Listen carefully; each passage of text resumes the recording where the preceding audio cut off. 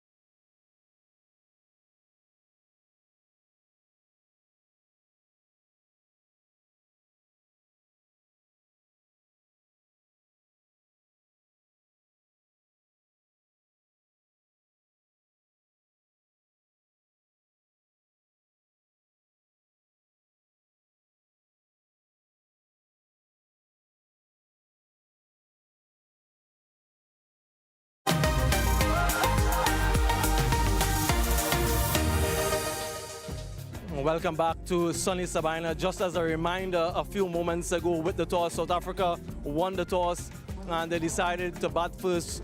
The two teams in the previous games that batted first ended up victors. So South Africa will be hoping that that decision will do them well. In terms of the teams, then a couple changes for West Indies with Alec Artines making his debut. Hayden Walsh Jr.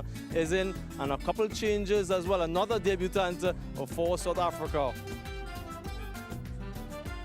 It's quite hot and sunny out in the middle here. We're on the same pitch as we were for the previous two matches. Just to give you a reminder then of the dimensions, it's equidistant square of the wicket, 64 meters on either side, and down the ground, it's a significant hit. It's 72 meters.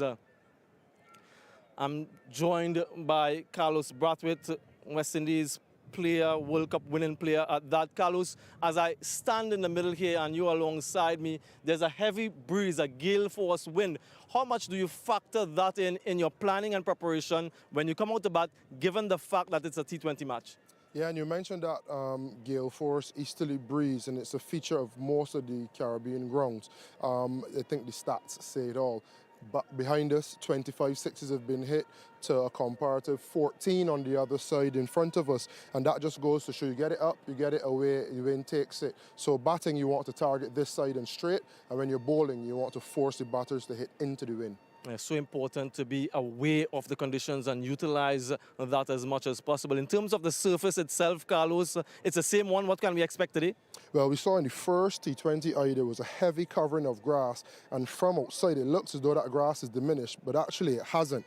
If you take a look with me, the grass is still there, but because of the constant rolling before the games and in between the games, some of that grass has turned brown. So that tells me a little bit of moisture is out of it, and that grass is merely holding the wicket together. And that's why the wicket was better in game 2 versus game 1, and I expect it to continue and be even better in game 3. Beads of perspiration on this. Is very astute in his assessment. So we're expecting another thrilling contest in the final T20I. And talking about thrillers, Darren Sammy, the captain, former captain of the West Indies team, Nikhil Otamchand, and he caught up a little bit earlier with him. Let's hear his thoughts. Since the last T20 World Cup, the West Indies have won 4 out of 5 series under the tenureship of this man in front of me, head coach Darren Sammy, a World Cup winner, and now a successful head coach. Coach, you must feel very proud of what you've achieved. I know the job is far from finished, but what has been the secret ingredient to the West Indies' success so far? I don't think it's me. I think the guys have really buy into the style of play. They've been well led by Rovman. And if you look at the caliber of players that we have, you have guys contributing from different positions, you know, and they take real... The T20 team is a team that I see, and I think the guys are very proud of them being, you know, franchise players, international players, and the system we try to bring forward, they've bought into it, and yeah, you see the results on the pitch. I know some of you guys have put a lot of emphasis in is roles coming into this T20 World Cup, and I want to focus on one guy, Roston Chase, who you guys have sort of worked very closely with in the camps leading up to this series and that T20 World Cup. As an example, what are some of the things you've tried to achieve with him, and where do you see him fitting into your 11? Yeah, I mean, if you look at when we were successful, we've had all the explosive players, but we also had one guy called Marlon Samuels, who was more or less like a stabilizer, I call him, in the inning where all the chaos is happening around him. But he has always been one guy that, you know, kept one end of the wicket stable, so we don't lose wicket from that side. And just looking at when we've not done well, you know, since 2016, we've not had somebody like that with that role. That's why Shea Hope came into the setup, and you know, the ability to counteract spin between over 7 to 15 was not really a concern, but it's an area we had to get better at, and we needed our best players of spin. You see Nicholas Prue and all these guys come ahead. So Roston Chase, because he bowls, he's a guy, back in 2020, I picked him for the St. Lucia Kings to play a similar role. So, you know, he's one that has been groomed for over the last 3 years, and you know, just leading up to the World Cup, you know, conversations around role play, because I'm very big on role play. Yeah, Roston was part of that, and you know, everything we've done is get towards making sure that that area is well done, and all my practice, you know, I've always been centered around him, because that's the missing piece in the batting lineup for me. And to see him go out and perform the way he did in that second T20, it gave Floyd goosebumps, who's been working with him throughout this journey. And yeah, it's good. And I guess we're in a position where most guys are clear with what roles we expect them to play. And speaking of roles, you've had an unfortunate injury to Jason Holder in your World Cup team. You've added Obed McCoy. What role do you see him playing? What are you expecting from him? Yeah, well, once we identified the role Jason was going to play in the World Cup team, and it's more or less for his, you know, his bowling, his depth over skills, Obed McCoy was the likely replacement in terms of the bowling department, and that's why he's selected. And it's hard to miss Jason, the experience he brings into the team, but we can't control injury. And I thought Obed McCoy we as a selection group thought that was the best replacement for him. We don't have a lot of time, Coach, but before you go, I want to get some insight into the discussions you guys have as a backroom staff. I know there are targets in place. I know there's a lot of work. Give the viewers some insight into some of those discussions. But I think, look, there's a guy called Anrich. You know, the discussions that we have, he's been one of the most important member in that staff for me. Just the data, especially now, how he goes about collecting the data, the conversations we have as a group, and how he puts that conversation and matches it with the data to come up with the plans.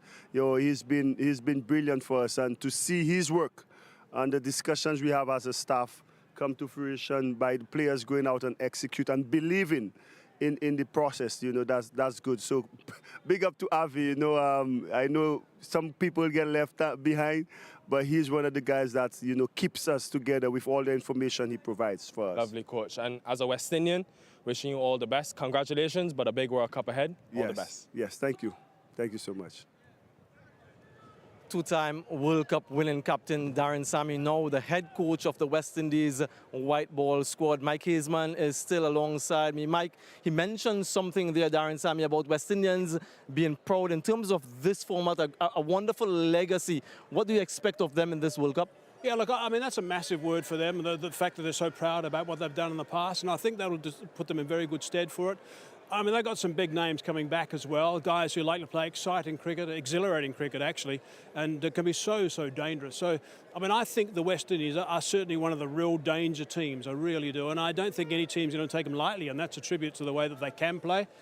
So being a proud winner, trophy winner in T20, ICC T20 events is going to go a long way, and that's going to really boost that change room nicely. So, I mean, that's good. You close your eyes, you think about Darren Sammy, you think about a proud cricketer, and he's got that with his team as well.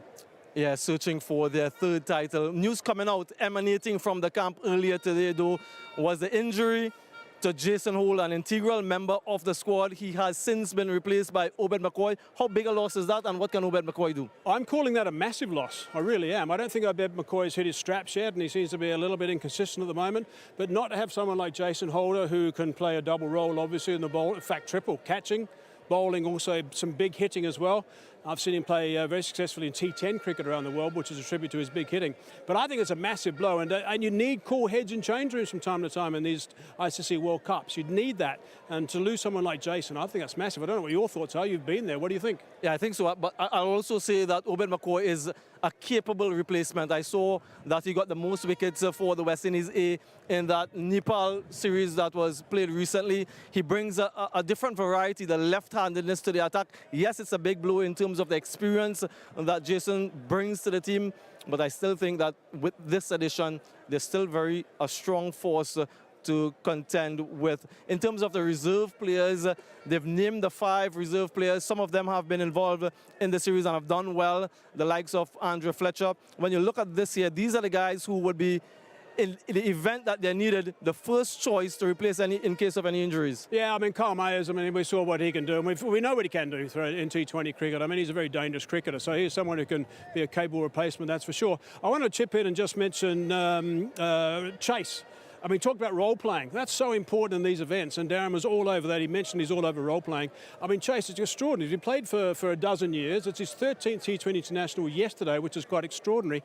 And the way that he played yesterday, I thought was terrific of those shots. I mean, 5 of his 6 boundaries behind square. So he did his role perfectly yesterday, and that was nice, the way he talked about how they brought him through to do this. Yeah, sometimes he goes unnoticed. Thanks very much for your thoughts, Mike Hazeman. We'll hear a lot more from you from commentary Sunday here at Sabina Park. The crowd coming in quite nicely. Anrich Nortje is someone who we expect a lot from. He caught up with Nikhil Uttamchandani a little bit earlier.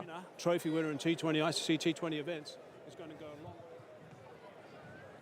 Anrich, thanks a lot for your time. Obviously, it's been a challenging period for you off the injury, coming back into cricket. Can you describe that challenge of spending time away and then having to try and find your rhythm again? Yeah, thanks. Yeah, it's been a bit of a challenge. It's obviously lots of demand regarding, or lots of focus on pace, on energy at the crease. So it's been something that you have to gradually build up. You can't just go 100% into it again.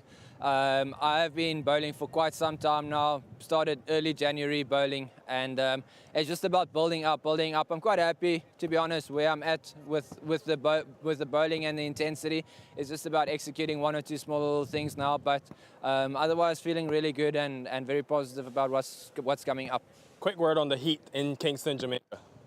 I'm coming from India, so it's actually not too bad, but yes, it is quite hot and very humid, so I think the boys got a little bit of a shock on day one, and I think guys are acclimatized by now. Go well today. Thank you very much. Boom.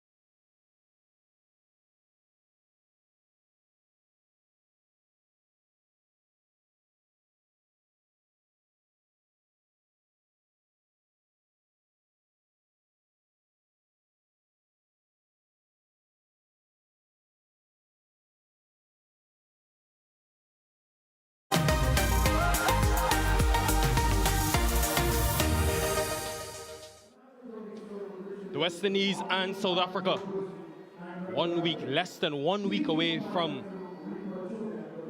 the illustrious T20 World Cup is near.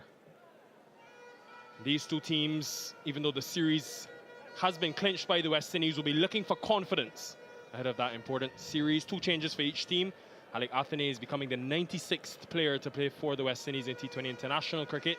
Hayden Walsh Jr., the leg spinner, making a return to West Indies colours. Patrick Kruger on debut. And Gerald Coetzee, who we saw in the first game of the series, back as well. Toss won by South Africa. Rassie van der Dusen will be happy that he's won the toss on what has been a very dry surface here at Sabina Park. Same pitch being utilised. Quinton de Kock back in the runs yesterday, got off to a flyer in the power play. Be looking for similar damage. Reza Hendricks, he's been special. Speaking of special, hello Carlos Brathwaite. Hi Nikhil, looking forward to this game. Another game closer to the World Cup. Another game for players to get form, play roles, and a new role in this series for Akil Hossain, who has the ball in hand first up. The one he'll be very familiar with, somewhat of a stalwart. His 50th T20 international today. And that man on screen, Brandon King, led from the front with bat in hand and tactically. A happy Sunday to all those in the Caribbean and around the world. It should be quite a fascinating contest between these two teams. Few new faces. I'm excited. Here we go.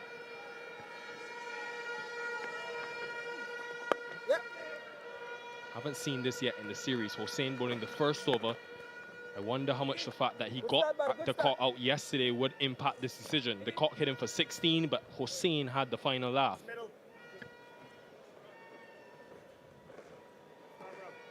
Also slightly on pitch watch. We saw the pitch get a lot better from game 1 to 2. The grass is brown. Does that mean it now turns more and earlier and returns similar to the surface that we had in game 1? Or would it actually continue to be better with that green grass just holding it together enough for it to play nice and true?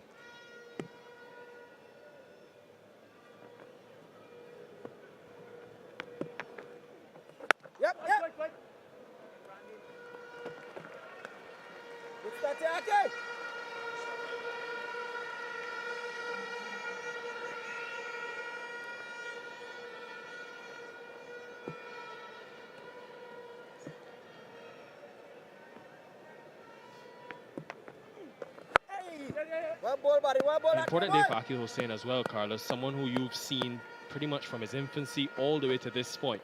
50th T20 international for him today.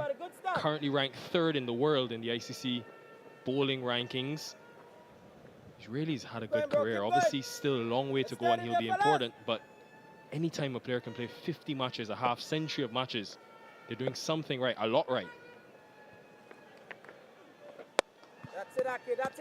And what I would say is his progression from a skills and tactical perspective has been the most impressive for me.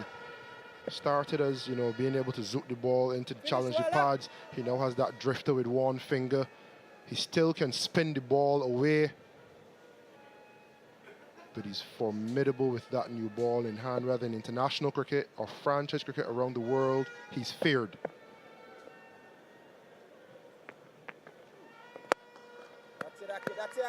So far, it's been consistently disciplined.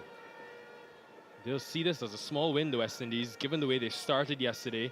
It was carnage. So I know we're only 5 deliveries in, but the fact you've got a left hand at the crease and they've only scored 3 has to close the over, though. That will be key, sorry.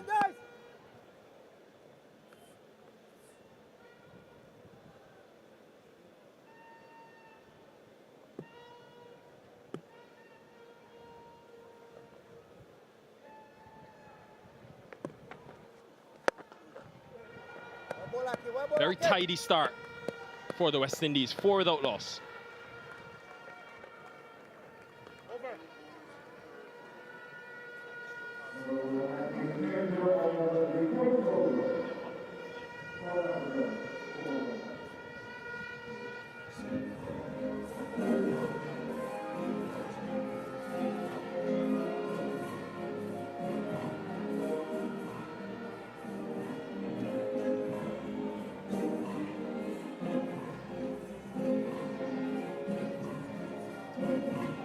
Two exciting debuts. Patrick Kruger, what a story he has. We'll see him a bit later on, the all-rounder.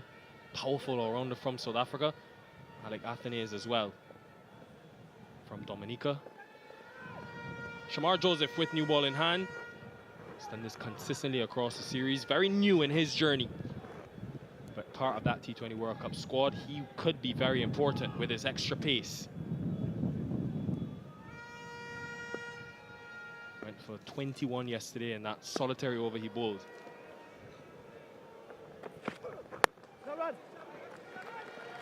And that is a perfect start for me.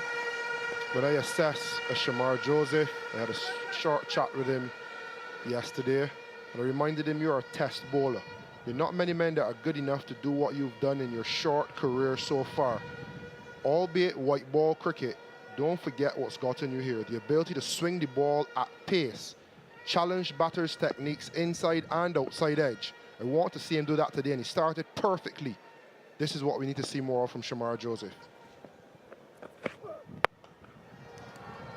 Uppishly driven, but the desired result. First boundary for South Africa.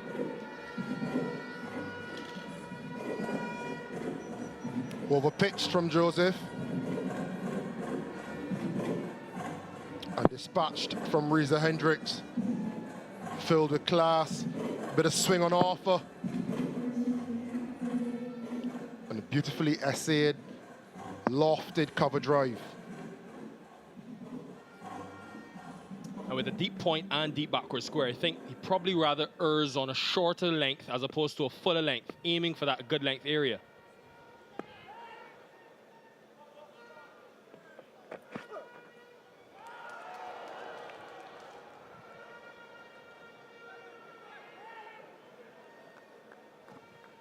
And you cast your minds back to Australia and when Shamar Joseph broke onto the scene in Test cricket.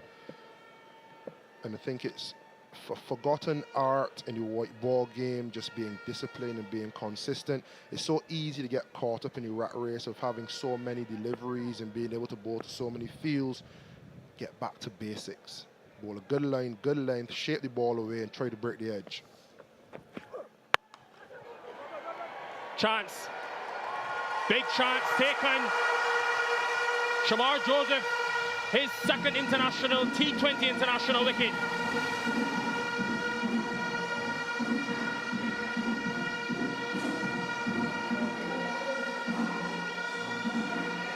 This is what high pace does. Good length. Reza Hendricks forcing the pace, hitting the stick of the bat, Shamar Joseph. And Gudakesh Moti will not drop that today, tomorrow, or ever. That is a celebration we've become so familiar with.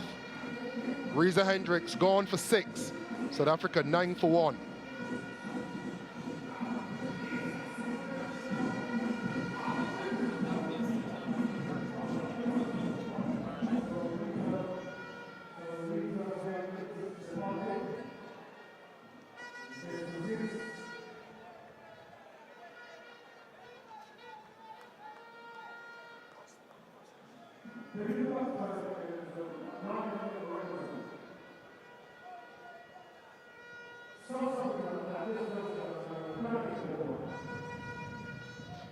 Brian Rickleton from Johannesburg made his one-day international debut against the West Indies back in 2023. Made his T20 international debut against the West Indies in this series. Hasn't really got in the runs yet. Here's why he's arrived. Once again, hitting a good length. I'd love to see more of this from Shamar Joseph. That is not a short delivery. That is a good length delivery at high pace. Hit the sticker, force Reza Hendricks to make a play.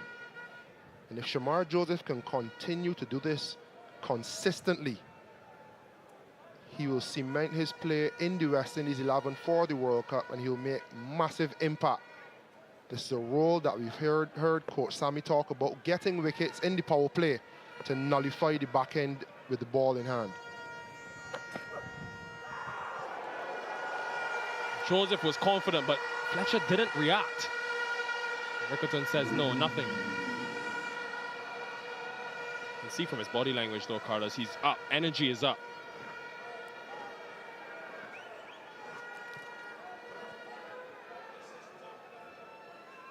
If I could bowl at 145 clicks, Nikhil, my body language would be up more often than not as well. Look at that. Look at that. There will be not much foot movement out to him. And it gives him a little bit more margin for error. Did it get a nick? No, it didn't. Ambitious. That's the emotion. That's the adrenaline from Shamar Joseph.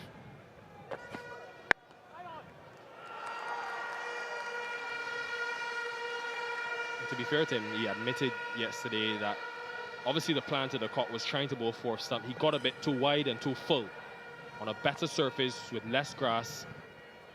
Some deliveries that he would have gotten away with 3 days ago, he didn't yesterday, but this is a much improved start. Yeah, and the other thing I want to see from him is if he does go around the park, to stay within the game, stay with the game. He can make a change, make an impact.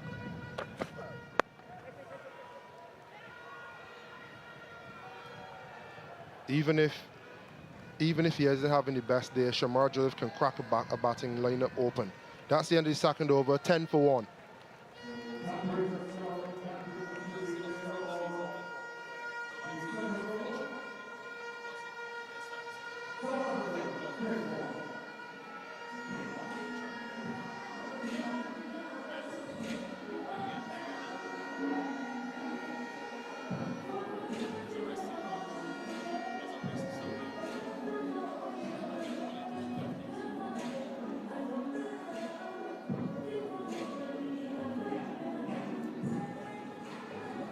Yeah, their middle order has struggled in this series. South Africa, they'll be hoping for better returns today. Matthew Bretsky, Rassie van der Dusen especially. Now this is interesting. 2 left-handers at the crease. Don't always see back-to-back overs, consecutive overs being bowled in the power play, but Brandon King has gone brave. So left arm spinner to the 2 left-handers. Long on, deep backward square in place.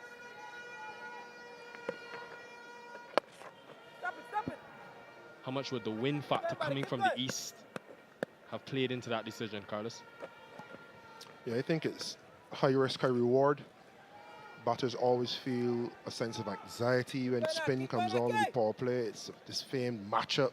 They feel as though they have to do a little bit more than they really do, and that sometimes can play into the hand of the fielding team. That same thing has worked against the Cop. Last year in South Africa, Hossein got him. Then yesterday, mentioned before, he took him down, but also was dismissed. So not a bad move from Brandon King. Courageous. Let's see if it works. A very straight line to start. He's been consistently straight, Hossein, trying to force them to hit into the wind. And I love that the field is balanced. You can remember yesterday for a couple balls, you bowled with a deep square and a deep mid. You then prevent yourselves from being able to bowl full, change of pace and be a bit slower. When you have this balanced field, you have a man for that slog sweep or pull deep backward square, but you also can go full or pace off, which are long on in play.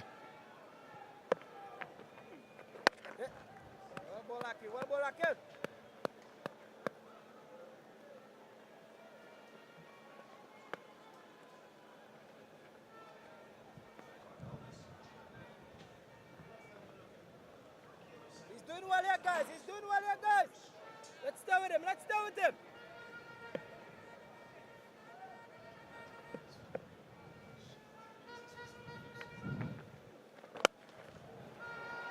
It's the first real sign of aggression and intent from Quinton de Kock today.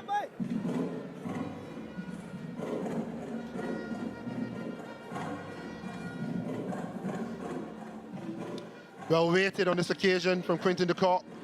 You know, you had to get it in front of square. There's a man stationed, that deep backward square, and he had to try to get it in front of square, went more mid-wicket region, he's away. First boundary and 6 balls for him. Coming off of yesterday's knock as well, he feels form is back. Maybe just doing a bit too much. They will have a think about it. Fletcher's confident. Umpire Leslie for Junior unmoved. And they have sent it upstairs. Let's see. Should be close.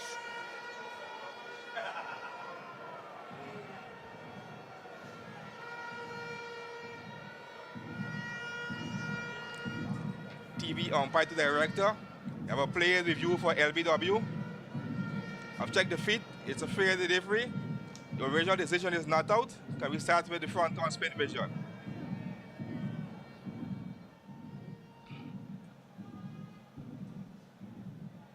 Front on coming up.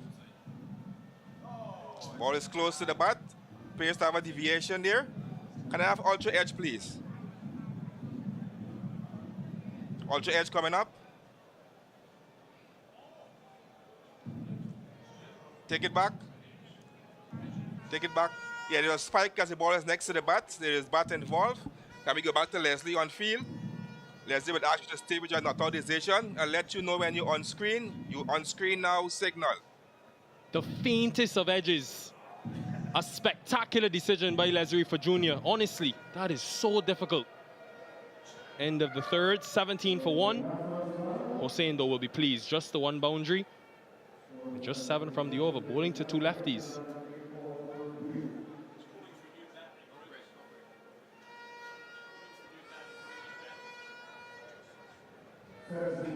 West Indies have been able to control the power play on this occasion. Shamar Joseph back to test lines and lengths. Akil Hossein playing that role that he's been famed for in his over the course of his 50 T20I, starting with a new ball and showing all his repertoire of skill. Yeah,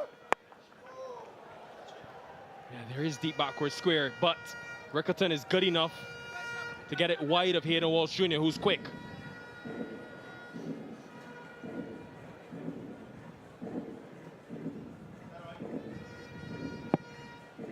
Small margins for Iraq Quinton de Kock. We've seen him. We look at the replay again. Everyone was uncertain as to if it was coming back enough. I don't think any of us saw the inside edge. Kudos to Mr. Reefer. Not often we give the umpires the credit that they deserve. That was an excellent decision.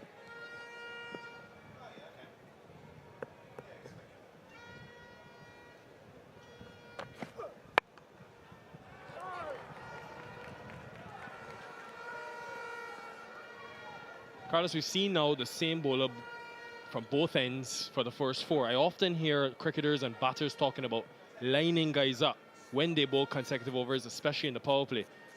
Is it a real thing? Yeah, there's an unwritten rule of definitely not 3 back to back to back. But I see no trouble in this situation. The first innings, 2 guys have bowled well overs 1 and 2. No reason why you can't give them overs 3 and 4 as well. Got away with 1. Full toss, missed out there, Rickleton. I think also it helped that they have a new batter at the crease. When Joseph bowled, he would have bowled majority of the over to Hendricks. So I guess it kind of negates that unwritten rule. I think another thing to bring into play is potentially series is 1.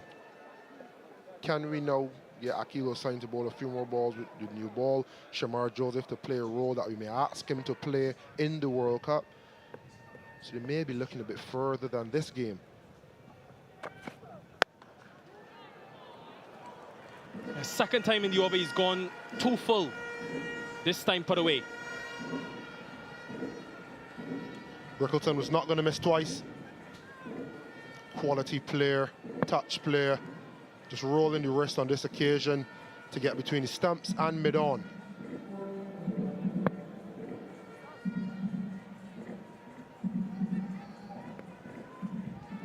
And Rickleton will be happy with this start. 11 off 9, hasn't really had a good fist of it so far in the previous 2 games. This is a decent platform to work from.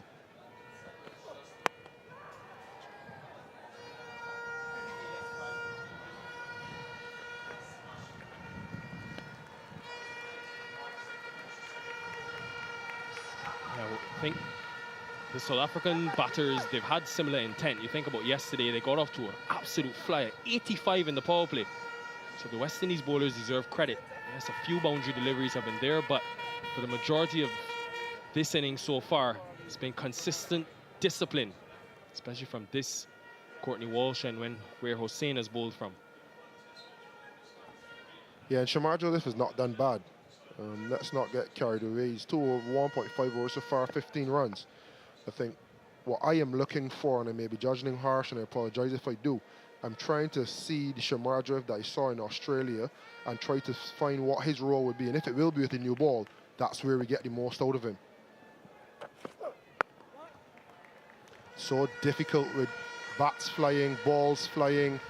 The white ball arena is chaos. How can he be calm amidst the chaos, Shamar Joseph? That's the end of 4, 26 for 1.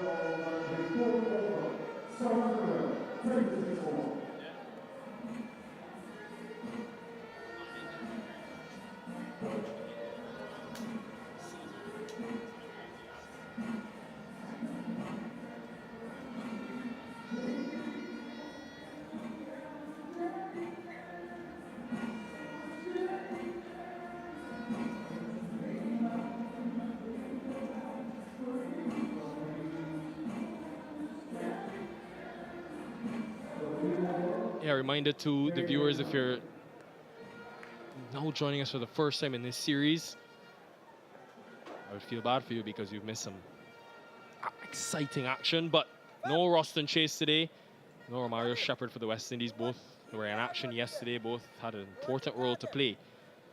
So a chance to survey a few other options. Fabian Allen bowled in both matches of the series so far. West Indies have done well to control the power play. Can they close it out?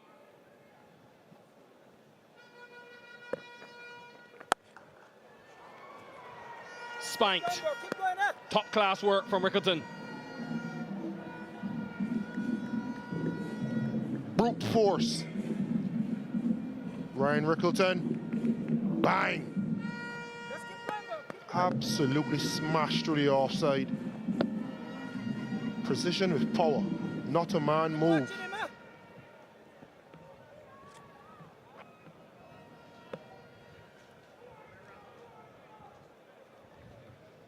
Forces a change from Fabian Allen. He's coming around the wicket.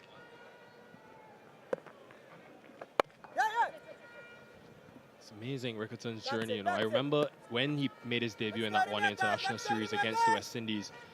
Given the way he's set up, given the left-handed nature, many were speaking about him being de Kock's replacement. When de Kock retired, he's just retired from one international cricket, but when he was finished with T20 cricket, they all said Rickerton will be that replacement. But he's scored so much runs, he's done so well that he's forced a way into the team.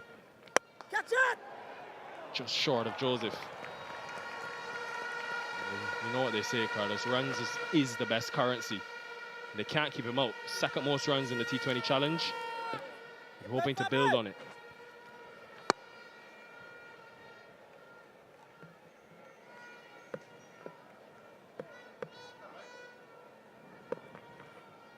Catch it! Another valiant effort.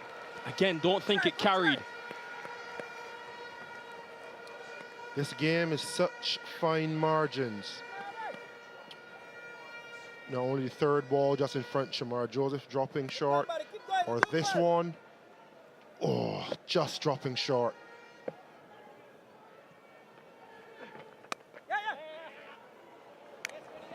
This time able to get it through. And de Kock will find a much needed boundary.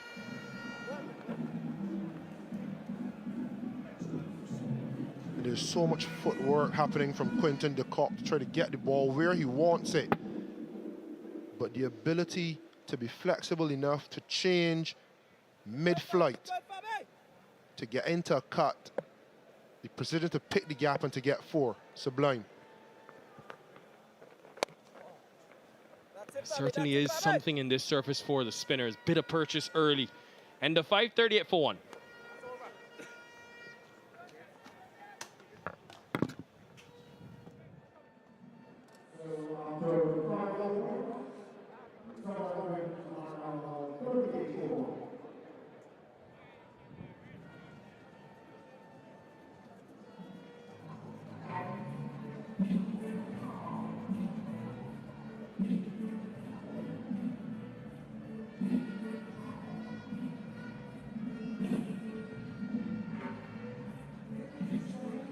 So 5 overs gone, 38 for 1 at the moment. De Kock 13, Rickerton not out 18. Different game totally today. First of all, South Africa get the chance to bat first. Secondly, they picked up 108 overs yesterday, so it's a little bit slower, going at 7.6 at this stage. And Obed McCoy, who'll be, I'm sure, full of the joys of life after getting the nod into the West Indies squad. Really feel for Jason Holder with that injury.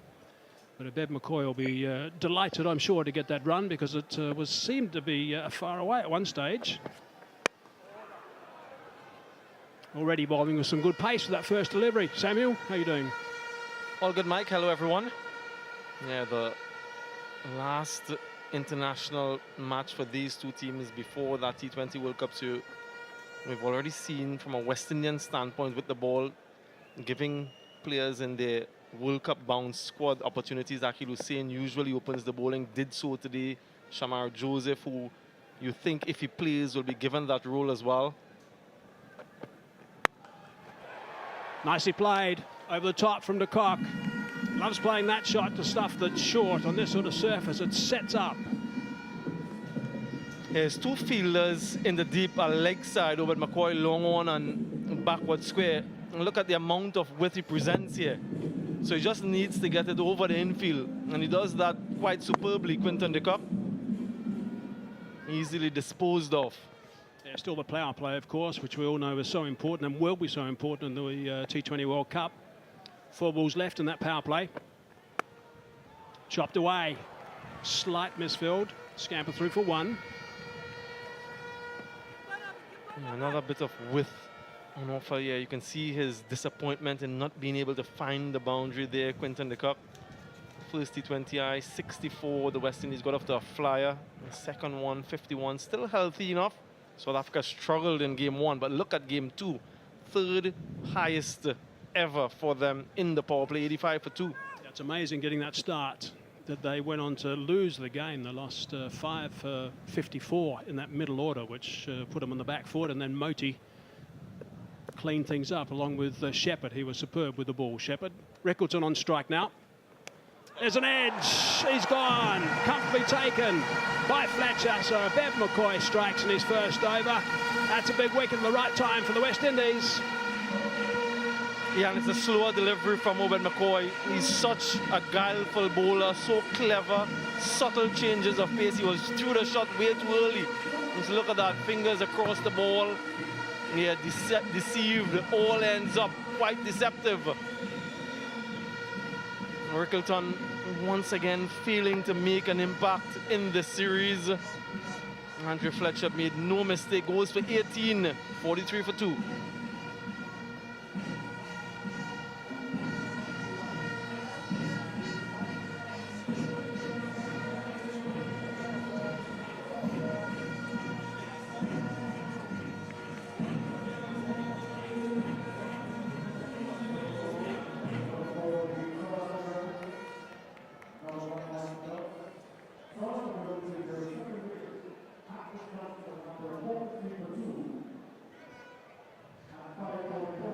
Rickleton certainly hasn't got the scores that he would have liked to have got. I think we could say that Aidan Markham will be batting number 3 in the World Cup, but nice to have Rickleton breathing down his neck, I suppose. Another guy who also hasn't performed to his ability at this stage is Matthew Britsky. He's a very fine player as well, and he's got an opportunity to do a good job here with Quinton de Kock. But Obed McCoy, terrific to see that he's picked up a wicket in his first over.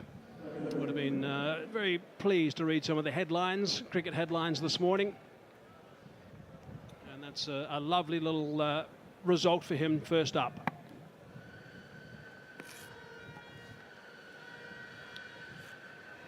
Absolutely thrilled for the young man. Due reward. Leading wicket taker for the West Indies in that recent tour to Nepal. 2 balls left in the power play. Oh, that's a misfield. Got to make sure both these teams, actually, I think South Africa have perhaps been the side that hasn't been the better of the 2 fielders, with the West Indies making a couple of errors already today. Got to make sure the fielding's top notch for World Cup cricket. Got to. Absolutely crucial.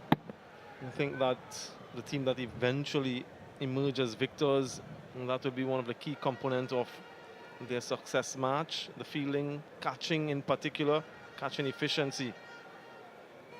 We saw a couple of very good catches yesterday from the West Indies. Joseph certainly won. Nicely bowled by McCoy to finish the power play. Successful in his first over as well. 6 gone, 45 for 2.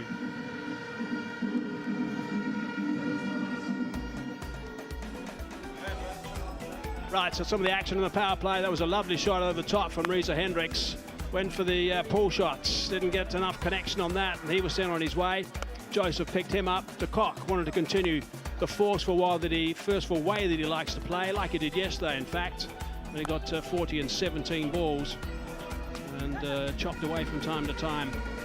Today, his partner, Rickleton, got a bit of a start, 18 on the board for him, before he nicked one through to Fletcher off Obed McCoy's first over with that slower delivery.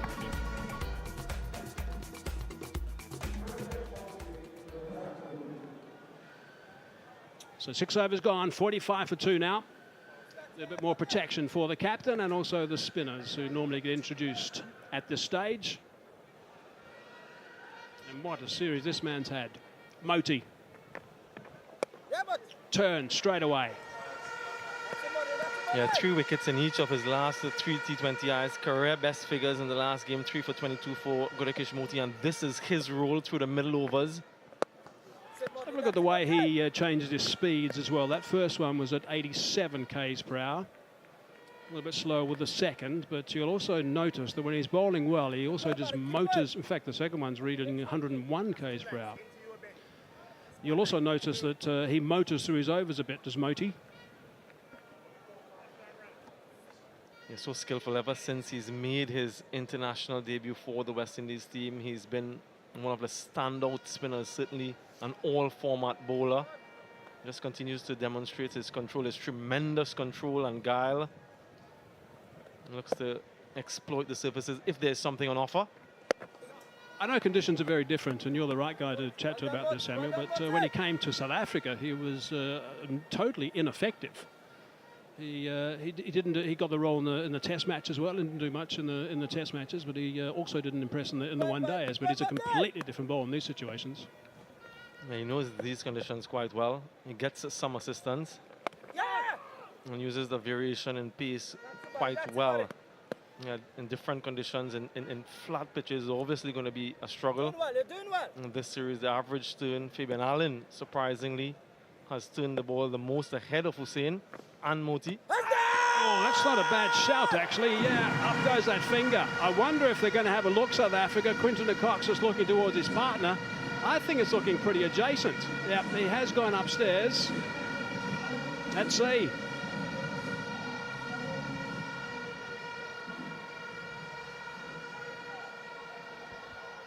TV umpire to director. Our players review for LBW. The original decision is out. I've checked the feet, fair delivery. Can we start with front on?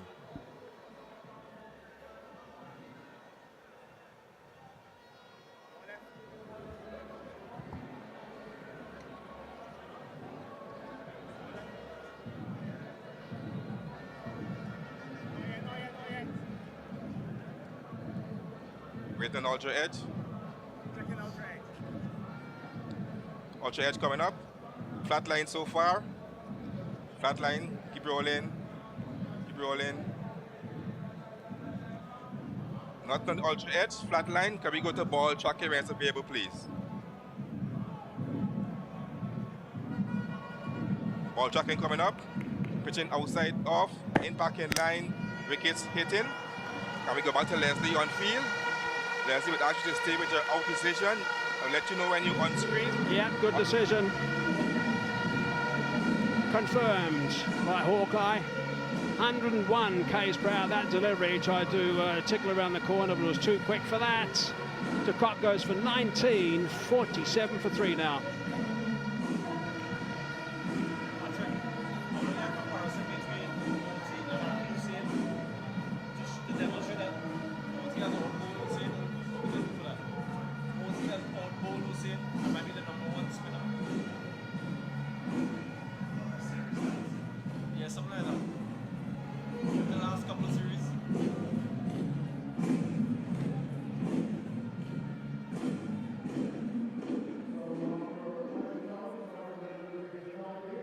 So Rassie van der Dussen, I think, as everyone knows, was left out of the South African squad, and he was quite happy to accept the job as captain in these 3 T20 internationals. Happy to wear the South African badge whenever he gets an opportunity. Should have been selected in my book. I've said that clearly before. And I think he would have been sitting back before the start of this tournament and would have thought, okay, well, my job is obviously to get some of these guys that are in the squad, the Bretskys, the Rickletons, the Hendricks, the Cocks, some runs. So they go into the World Cup, the T20 World Cup, with confidence. And I'll just sit back and not do too much. Well, again, he's out there early. Completely against his plans and the team's. 47 for 3 after 7. Great stuff from Moti.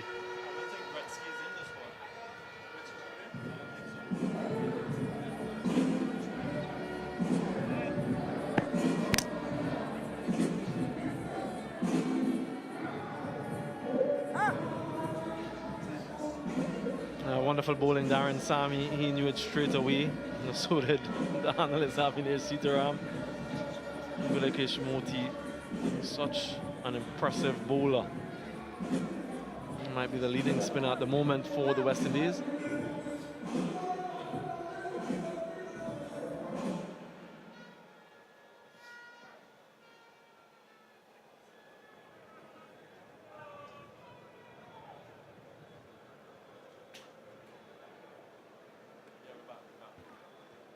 So Fabian Allen now. First over is expensive. Doing nicely, the West Indies. Just correct what I said. Bretsky's not in the squad, but of course the other three I mentioned definitely are. So his job still would have been to give Bretsky a bit of a run as a younger player too. But he's got a big role to play again in this game. Has certainly got starts, Van der Dussen, a couple of 30s if I'm not mistaken. And then he hasn't kicked on, so an opportunity today to try and kick on.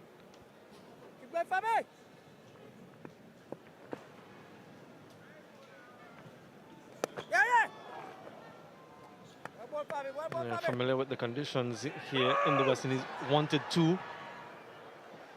Sent back. He's trying to catch Hayden Walsh Jr. maybe on the back foot and looking to hustle a couple.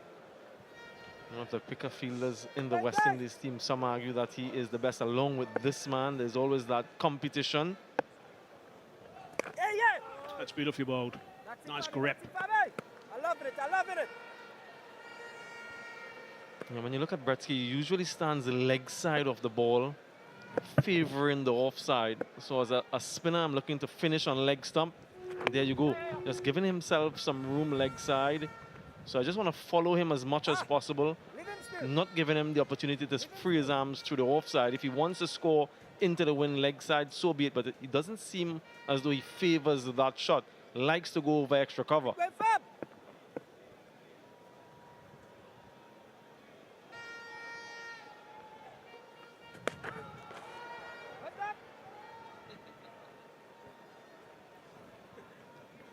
Optimistic from Fletch.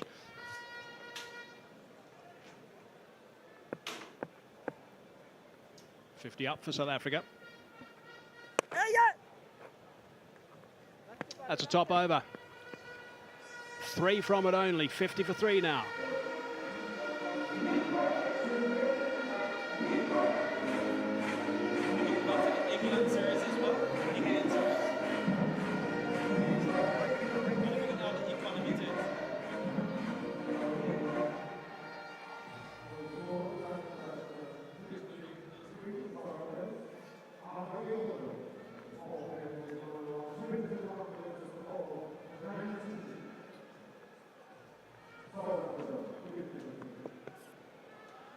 Quite clear that Moti is going to be a handful again today with the first over that he's bowled, and his form is so good he's not going to let up at all. So that's going to keep the South Africans quiet. The fact that he bowls such a range of speeds. Catch it! Cries of catch it. It should be out, and it is out. Joseph, it is. For goodness me, it's Moti again. He's picked up another wicket. Not the greatest of shots, it's got to be said. But Moti's on fire in this series. Yeah, the 4th wicket falls. First ball in this over. One Ghanese combining with the other. Shamar Joseph, comfortable catch in the deep. And Bretsky, well, he perishes. And that's what they've done well throughout the series. The catching, but also getting wickets at regular interval. Bretsky goes for just 5, 50 for 4.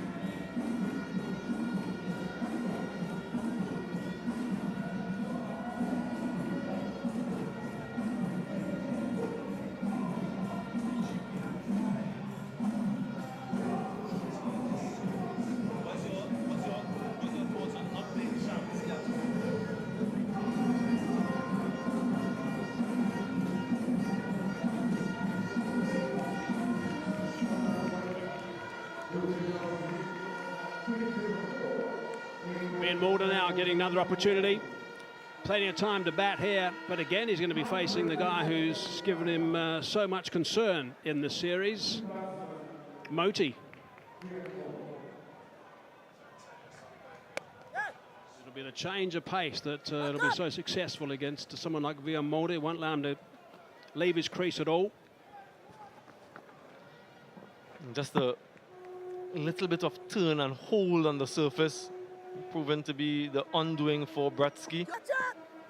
Didn't slide on as he perhaps wanted, so more height than distance. In the air for a while, Fletcher catch it.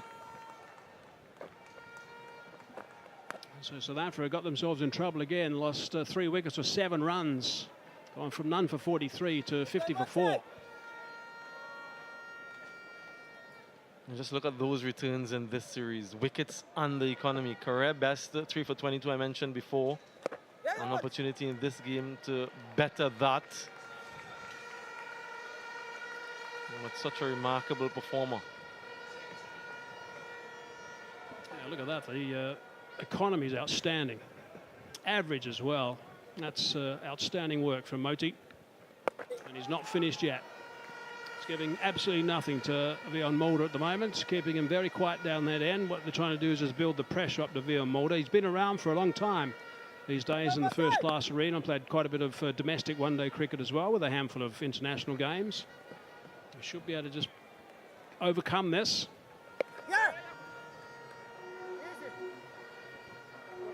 Scampers down the other end. With a very tight over, a wicket, 93, 50, 3 for 4. Didn't play the Australia series.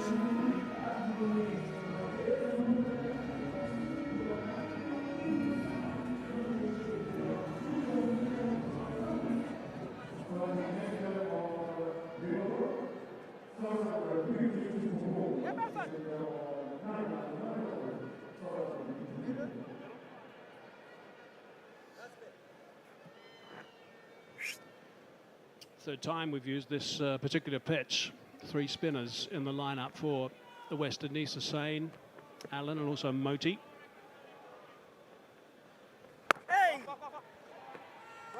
And I just wonder if they will be tempted to use that combination in the T20 World Cup. The 2 left-hand spinners in Moti and Akil Hussain, along with Ruston Chase. I'm sure they'll consider it. But if they do choose 2, just the way that Darren Sammy speaks about Ruston Chase and his performances in this series, you'd expect that he would be one of them. And Moti, the leading spinner in the recent past for the West Indies, he should find himself in the playing 11. Where does that leave Akil Hussain then? Another proven performer at the international level. Some good questions, good headaches for the West Indian coach. Clever. Rassi van der Dussen likes playing that shot. He's picked up a boundary. It's a really good shot that from Rassi. He's done that for years. Very innovative against the spinners. And just look at the control. Just deflects the ball, keeps his eyes on it, uses the pace of the delivery.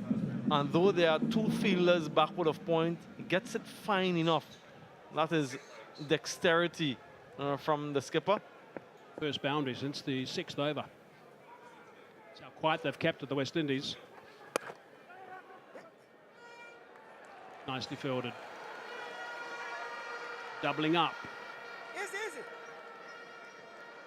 Just Ruston Chase. I mean, I thought he was brilliant yesterday. I mean, it's just he's played for a dozen years, and it's just his 13th T20 international. He was innovative as well in his innings. 5 of his 6 boundaries behind square. Chase involved in 2 magnificent partnerships. 63 of 25 with Shepherd as well. And also a fine one with Fletcher. 56 off 36. Just played brilliantly and did a fine job with the ball. He'll be a very important figure, I think.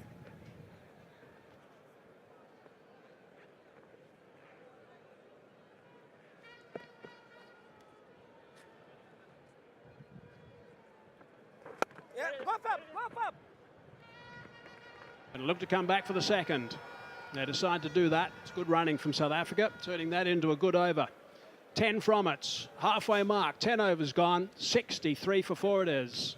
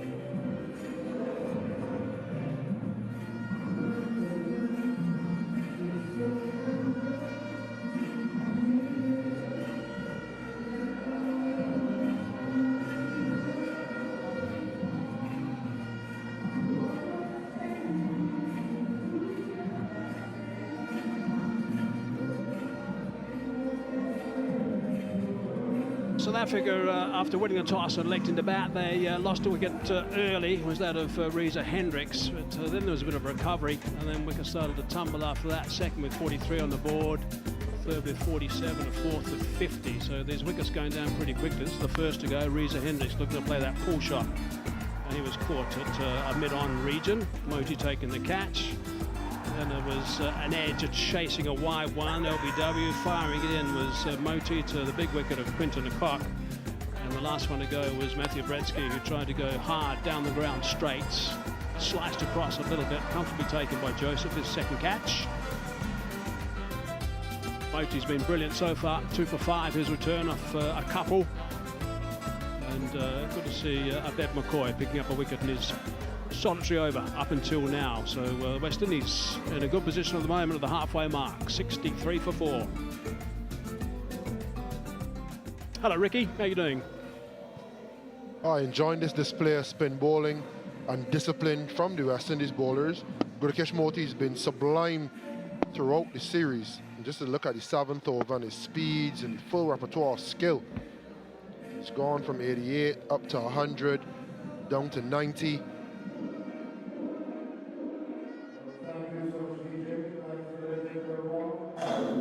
Yeah, he's developed into a wonderful spinner. Test Modi. Hayden Walsh now, a little bit of leg spin. Stacked full of spinners in this game today, the West Indies, giving a few boys a little bit of a run as well. Good to see Hayden Walsh out there. Looking forward to this, I'm sure. Van der Dussen on strike. With work to be done, South Africa.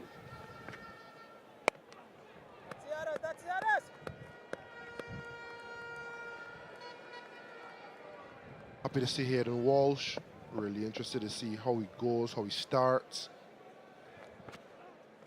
A little bit of air, trying to go airborne. Oh, it's caught, but one foot was over the rope. So I think Kyle Mayers perhaps could have been a little bit more aware of where he was.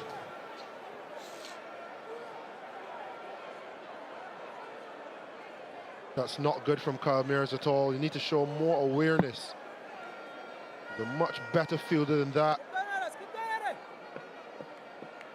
Never sensed to where the rope was and gently stepped over.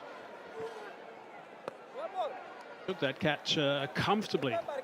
He could have easily taken it with both feet well planted in front of the rope. Not to be though. There's a life for Rassie van der Dussen.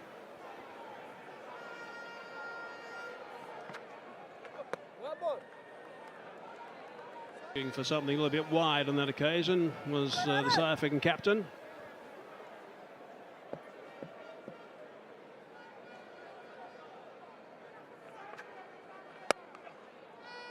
Slapped away to the sweeper on the offside. When you're fielding in those sort of positions, such as Kyle Mayers in that situation, you just got to make sure you know exactly what's going on and where you are and what you have to do if a ball comes towards you nice and high. Yeah, you always need to know where the rope is, and at no point in time he tried to push his foot to touch the rope and have a general idea of how much room or lack thereof, and as it appeared to be behind him. And it cost Hayden Walsh a wicket in his first over. None for 8, score 71 for 4 South Africa.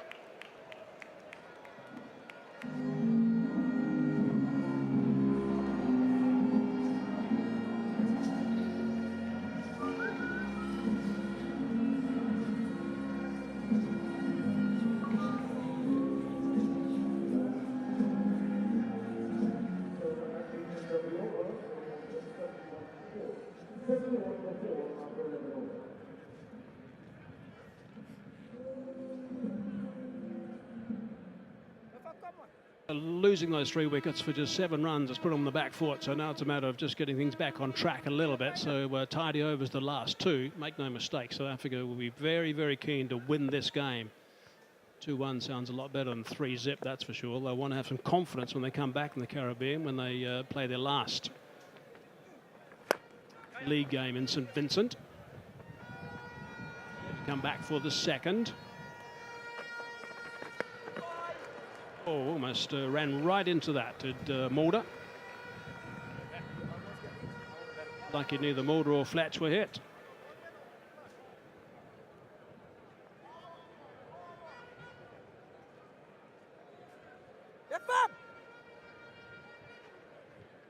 And the South African middle order will look very different in the World Cup. That's one thing that I think everyone realises. Yeah, Akil, go, Akil. Markham at 3. Keep going, buddy, keep Klaassen, Miller. The soldier. Salute to him. Trust him to have a fan on a hot day. Needs to stay cool, Cottrell. Keep going, Akil. It's not his only fan either.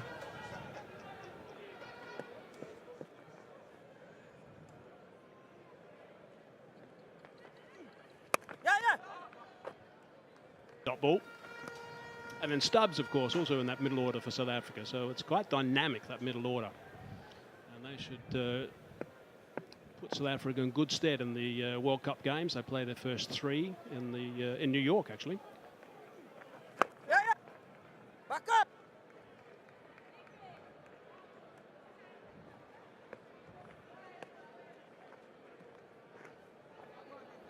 One of the great characters, wasn't he? Sheldon Cottrell. Is, I suppose, with the salute. I mean, it was amazing when he first started doing that as a tribute to his soldiers that he used to Yeah, Akil, go. be with, saying hello to them all the time when he first started doing it, and maintain that little celebration, which everyone looked for. Keep going, guys. Let's start in there, guys. It was always a pleasure to share the dressing room with as well. Went hard every single day. Very respectful, quietly assertive and aggressive. As you can see with the way he feels, the way he bowls. You've remembered him a 6 to win a game in the CPL. Yeah, brilliant. Oh, that's just kept a little bit low, but it was a quicker delivery as well. So clever bowling from Akil Hussain.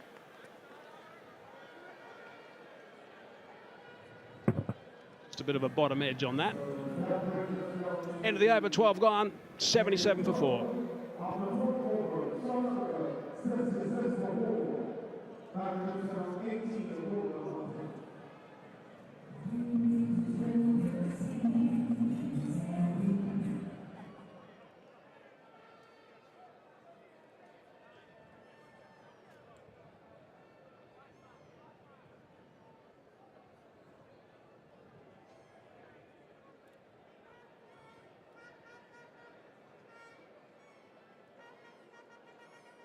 Spinner's got a firm grip on proceedings here in South Africa. If they continue at their current rate, and they have had a tendency to lose wickets in this middle period, we'll get to 128. They'll be hoping they can get somewhere near the 150 mark.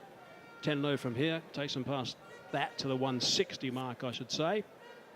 But it's going to need someone like Rassie van der Dussen to play really, really well. Quality spinners in operation. Patrick Kruger, or Freddie as I call him, and next. Karate Kid after him, and then the tennis player. Oh, that's a terrific wrong-un. So good to see Hayden Walsh being so calm in his action and composed, really rhythmic. And then his skill. For years he struggled with just getting up and over and getting through his action. It's hit hard and straight, importantly. That's a very fine shot. That's gone for a flat 6. That's really good stuff from Via Mulder. Waited on it nicely, Mulder. And made very good contact, nice and flat. Keep going, bro, keep going. That's one change the South African batters will need to make, hitting through the ball as opposed to up. Catch it. Back up. Driving that nice and square. Going to come back for the second, retain the strike. So they've got 9 off 3 balls. Opportunity to turn this into a big over. They need a few of those, actually, to really kick on and provide some sort of pressure for the West Indies when they're batting. They're on a situation where they're going to be on a track which is going to be turning more than now. It's outside the line. I don't think there's going to be too many dramas there. Walsh likes it a lot, as bowlers normally do, Carlos.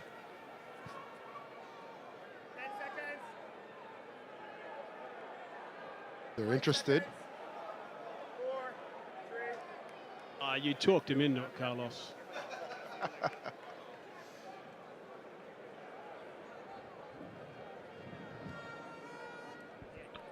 TV umpire to director. I have a player's review for LBW. The original decision is not out. I've checked the feet, the fair delivery. Can we start with front on?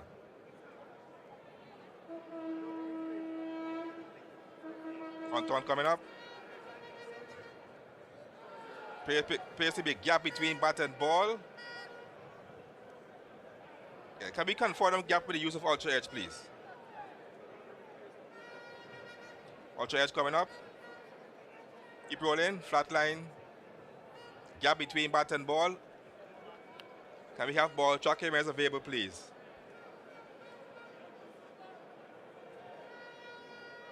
Ball tracking coming up. Pitching outside off, impact outside off. Can we go back to Leslie on field? Would ask you to stay with your not out decision. You're on screen now, signal. Yeah, I thought it was a little bit optimistic sending upstairs, but they've got some reviews to use. They've got none left now. Look good on the face of it. Batter walks across, it's googly. Missed it on the inside. But we moved the walk way across, so much so that you could see his leg stump. And as a result, impact outside of off means you shouldn't and can't, on review, be given out LBW. Providing you're playing a shot, of course, it can change if you're not, and that's something that some of the American viewers, when they tune into the World Cup, won't quite understand, I guess. There will be a huge Asian population in the United States that'll be watching the World Cup, and they'll get right into it. Short and wide. Work to the sweeper, just a single. 13 gone, 87 for 4.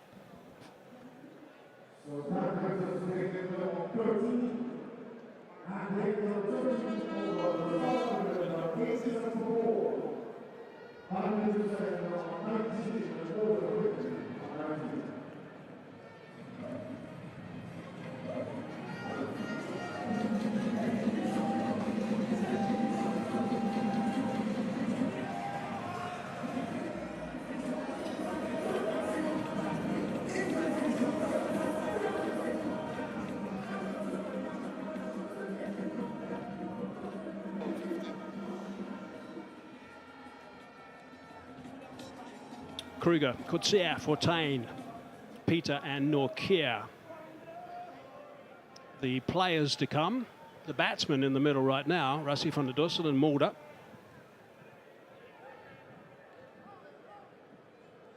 Obed McCoy just the one over, 3 dot balls, 1 for 7. With a sprig in his step. Has to be included in the World Cup squad, sadly with Jason Holder. As far as he's concerned, not being fit. So it's handy for the West Indies to have a replacement such as Obed McCoy. Just slide him in. Via Mulder's played nicely so far. Right across him. Nicely bowled by McCoy.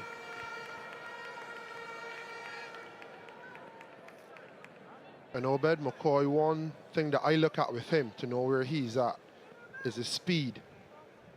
And he was up around 140 when he burst onto the scene with a back of the arm slow ball that drops down to 114, 115, and was really difficult to pick up, especially in the back end when you're going after him.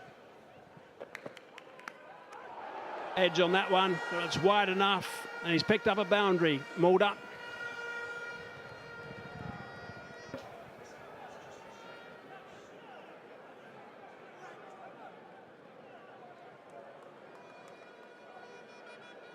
Slice of luck for Wayne Mulder.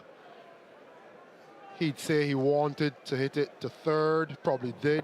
Not that fine, but fine enough, wide enough, and rewarded with 4.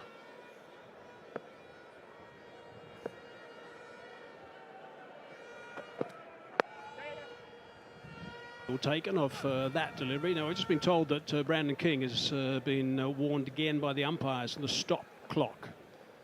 So that means he's taking more than 6, or the team is taking more than 60 seconds between overs. On the third warning, the umpires award 5 runs to the batting side. He got just the one warning yesterday, so he's had one already today. And just back on his speeds for Obed McCoy, that last ball was 137.7. He's been working on a ball that brings him somewhere between that high 130 and 115, where he kind of rolls his finger alongside the ball. So he wants to be that average speed more often than not. With the ability to get up to 140 as a surprise delivery, hitting the sticker on a hard length, or the back of the hand slow ball, or the wide slow ball as the off cutter, going away from the right hander, down at 112, 113. It's good to see players working on the game and adding things to the repertoire, and something as subtle as moving from 133, 134 down to 136 without much arm speed, even in the middle, can be quite handy. So you could potentially be bowling a similar length and the batter just gets there half second early. You just need to miss the middle when batters are going, and you have a chance at long on and long off deep mid wicket to get a wicket for your team. To work nice and fine, and another boundary. Tidy over this. 10 off the over now for South Africa. They're building up a nice little partnership, these two. 47 off 34 at this stage. This is as educated an edge as you'll get. A little bit of deception. Obed McCoy will be happy with that. But Wayne Mulder intended it to go this fine this time. That one is more class than luck. Nice partnership building. 47 off 34 deliveries so far. Yeah, the run rate has just ticked over 7 to the over. Good strong drive. Straight to Moti. No run. Stays at 10 off the over. 14 gone. 97 for 4.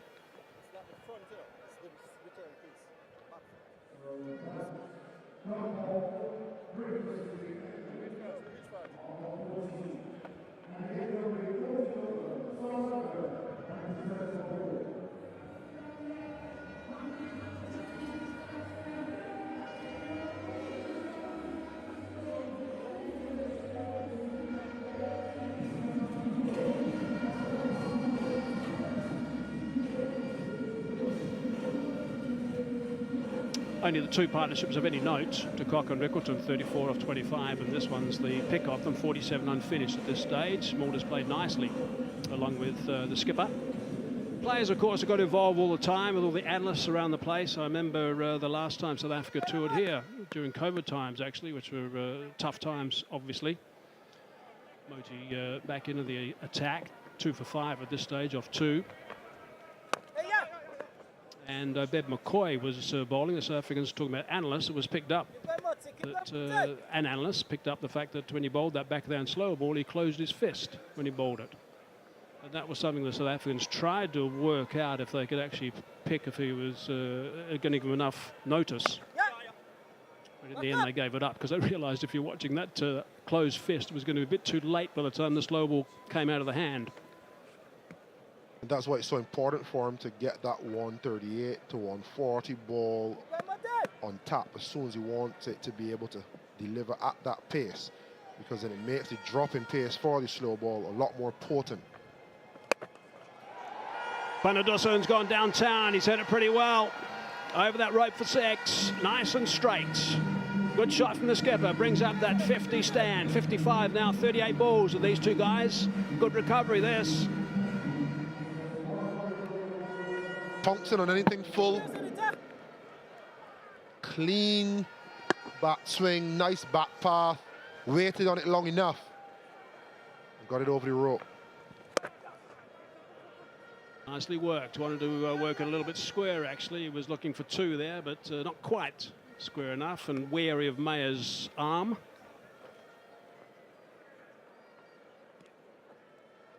Confirmation of that stand that I was talking about.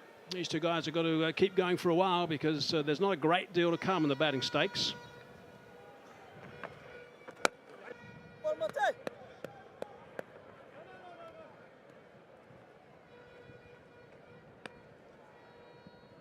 Last couple of overs, they've been ticking on nicely, around about the 10 and over mark over the last few. So this one also at 10 at this stage, so it's been good positive stuff from the South Africans. Got underneath that, he's hit it high, he's got the wind, and that's going to go for 6 as well. Good start from the skipper, dispatches that one, 16 off the over, that's a big one, 15 gone, 113 for 4.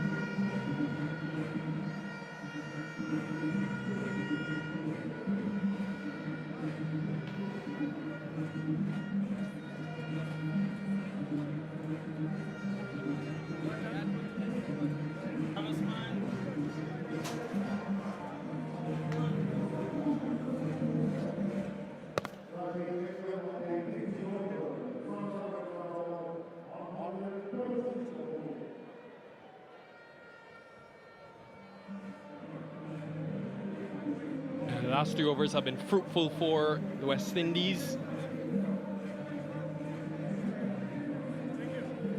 Such good consciousness from Rassie van der Dussen to hit to the leg side with the wind.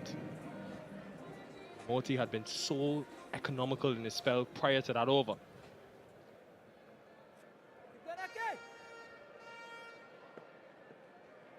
Time for more spin, Akil Hussain.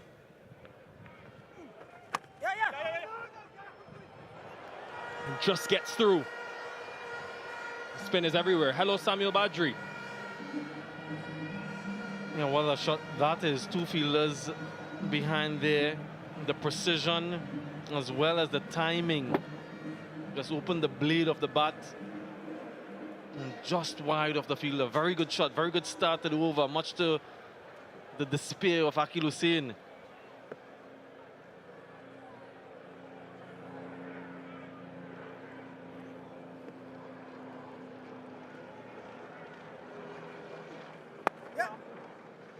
This is an experiment for the West Indies. They've made it quite clear that they will have some spin in the last 5, whether it's Chase, Nortje, or Hussain. So no surprise to see Nortje bowl that 15th over. Hussain bowl the 16th, and wouldn't be surprised if Nortje bowls another one to close out the innings.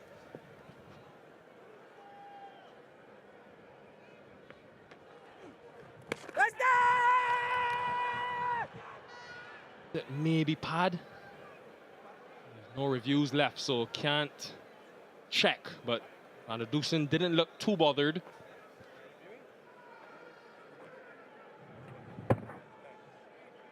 Might just have been the pad. Flicked on the way through. Good take by Andre Fletcher, though he's done a good job. Dutiful behind the stumps in this series.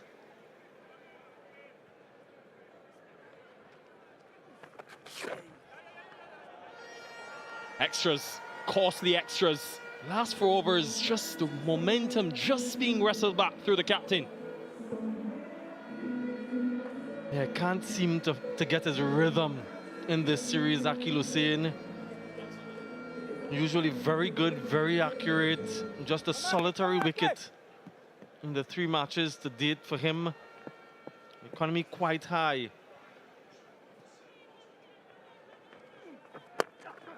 And just a build on your point, Nikhil, as they search for 2. Very good running again.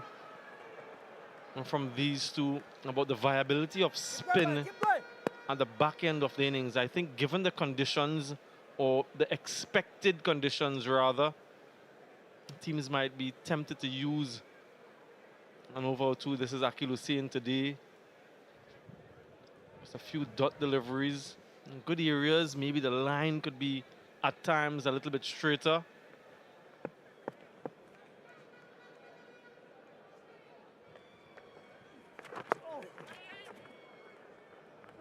But he's been outbowled by Gudakesh Moti. If we go back to that series against England towards the back end of last year, Hussain got 6 wickets at an economy of 7.8.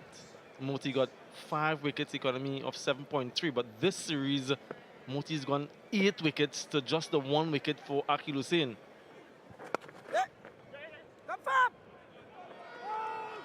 So if they are thinking of one of the 2 left-hand orthodox, you feel that Moti is leading in the pecking order. 16 gone, 127 for 4.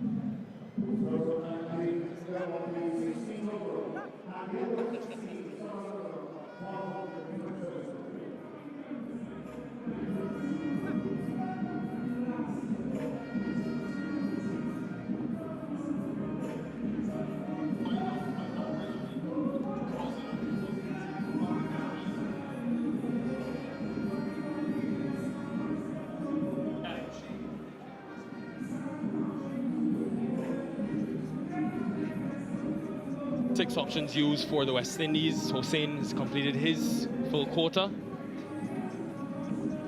Not a spin on offer. Surface definitely has something in it, some purchase in it for the spin. Moti still 1 to go. Be 1 of Shamar Joseph and 2 of McCoy to close out the innings.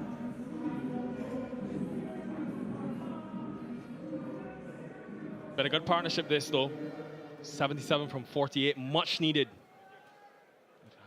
Collapses in the middle, South Africa, so great that Mulder and Van der Dusen both into the runs, for the future at least. Well, if you're just joining us and you haven't heard as yet, the news emanating from the West Indies camp is that Obed McCoy is named as a replacement player for the T20 World Cup. An injury to Jason Holder means that he's out. So this man received the news earlier today that he's in. He's World Cup bound. They'll be heading off to Trinidad after this game for a warm-up match against Australia, to be played at the Queen's Park Oval. And then they'll head to Ghana, where they kickstart their campaign on the 2nd of June against Papua New Guinea. He went across his stumps quite early, looking to hit with the wind leg side. Just a 64-meter hit in that direction. Lots of sixes have been hit there as compared to the other side into the wind. So that's what he's targeting.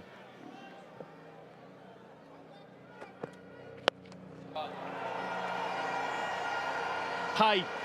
Mayor's under it. Gonna take some catching. That is fantastic. It was swirling in the wind. Great judgment and great execution from Obed McCoy. 72 meters straight back. This was crunched, slower delivery, and hence towards the bottom of the bat. Kyle Mears did incredibly well there, just to hold his composure very close to the rope as well. Vian Mulder goes for 36. Another wicket falls half the side down now, 127 for 5.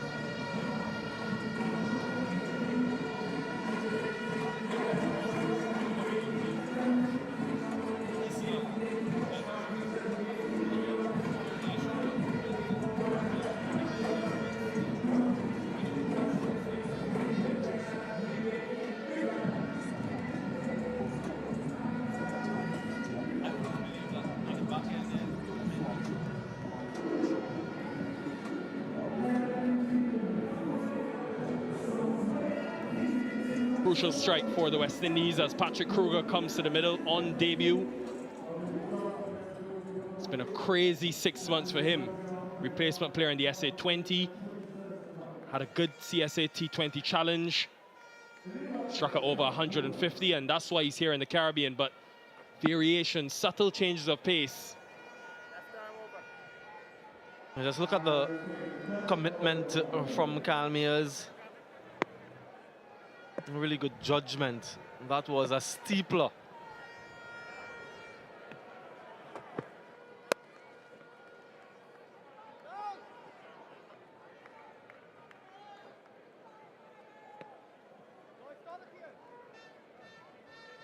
There's a few things, Sam, that I think Obed McCoy will provide this West Indies team. This was earlier today, 6th over. And one thing he's been working on has been just rolling his fingers over the ball at the last second. And it's a subtle change of pace that got Ryan Rickleton, and just dismissed Vian Mulder. And these variations and death bowling skills can be a big asset. That will be 6. Absolutely smashed by Rassie van der Dusen. Straight back over the bowler's head, just some width. And he had an opportunity to free his arms. Again, the length was favorable to the batsman. And as straight as a die. That's what Vian Mulder was trying to do earlier in the over, but Rassie nailed that one.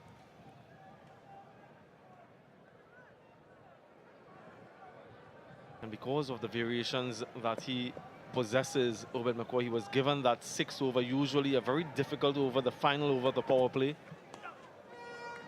And if he plays, he'll also be given these difficult overs at the back end And you need those sorts of variations, those subtle changes. He's been working on his game for a long time. When he first came on the scene, that back of the hand slower ball was his go-to delivery, quite deceptive. He's now using that leg cutter, fingers across the ball at the last moment. So he's just adding to his repertoire. Very confident based on what he did in Nepal, now named in the squad. And good execution other than the 6 as well. Bowling to those 2 deep fielders offside. 1-3-6 for 5.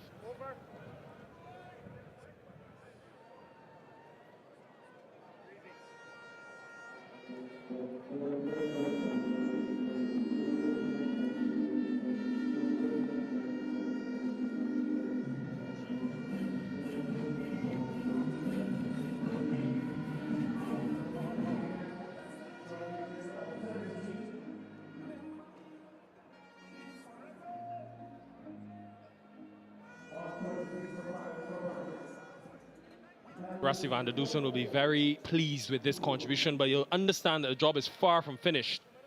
3 overs to go. If he can bat to the end, both Kruger and Kutsia to come have power. Shamar Joseph, 2 up front. 2 good overs with the new ball. This will be a different challenge for him. Not a lot of experience bowling at the back end of the innings.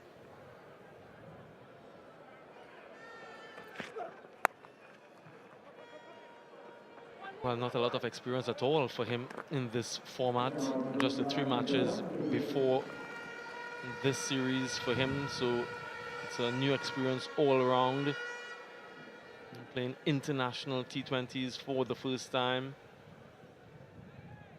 against an established cricketing nation in South Africa. But he's acquitted himself quite well so far. I want to finish off strongly just to ensure that his name is on the lips for the first match.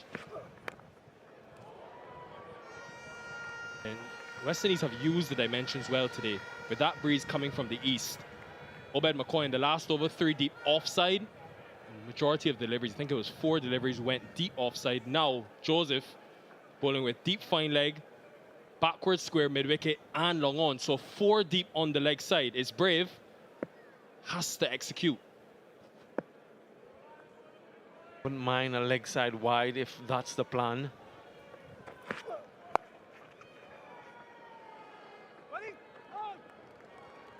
But these are all building blocks for the young man as he looks to forge an international career.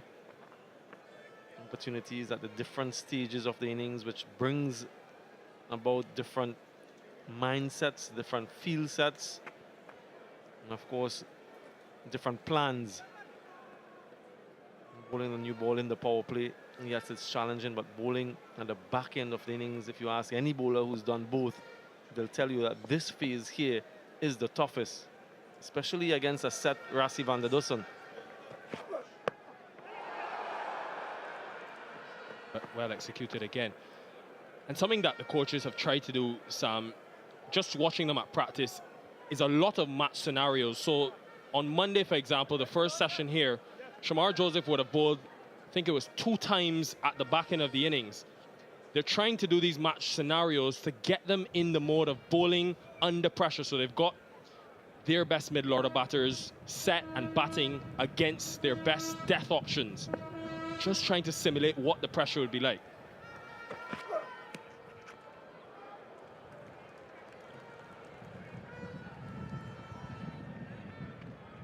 Interesting and innovative new way to do things. Seem to stress a lot on that, Sammy. Just because they only have a limited amount of games today and one against Australia, a warm-up game before the T20 World Cup. So just trying to get guys, especially like a Shamar Joseph with limited experience in these situations.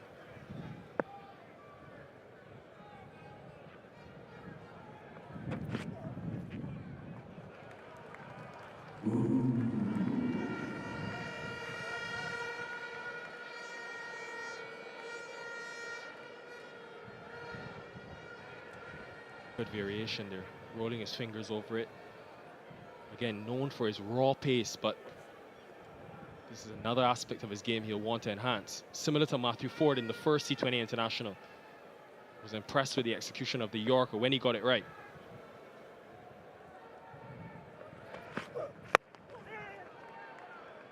Very good over. 6 from it. 1-4, 2 for 5.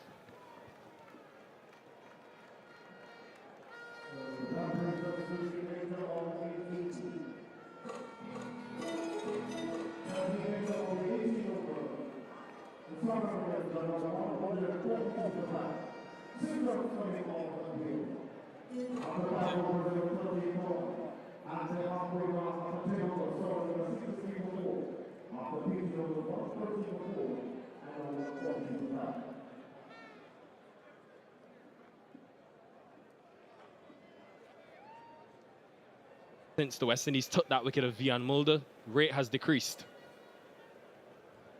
Just having an extensive discussion on Obed McCoy. He will be, if he plays, one of the certain death over options for the West Indies. Here he is in his 4th over.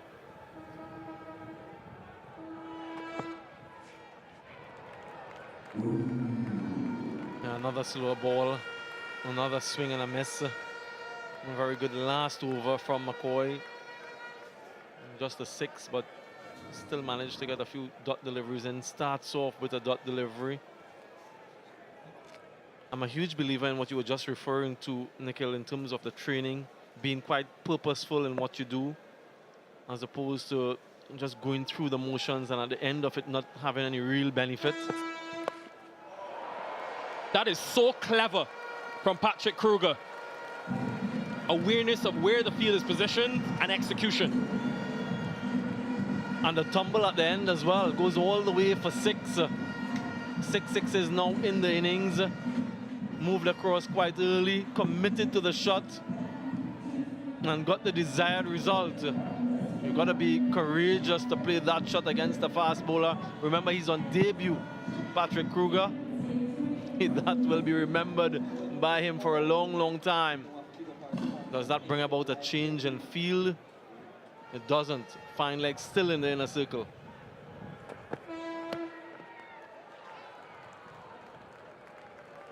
No wide signal. Just look at where he stands.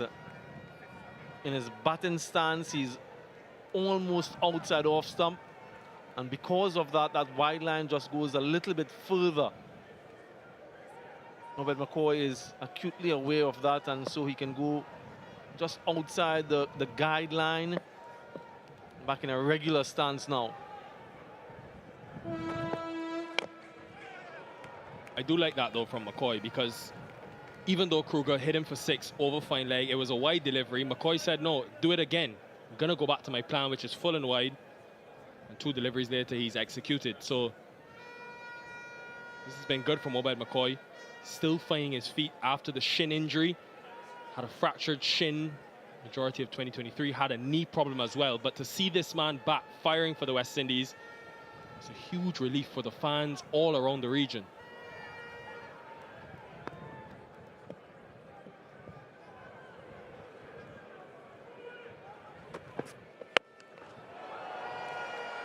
That will be a commanding half-century for Rassie van der Dusen. A much-needed return to runs for him.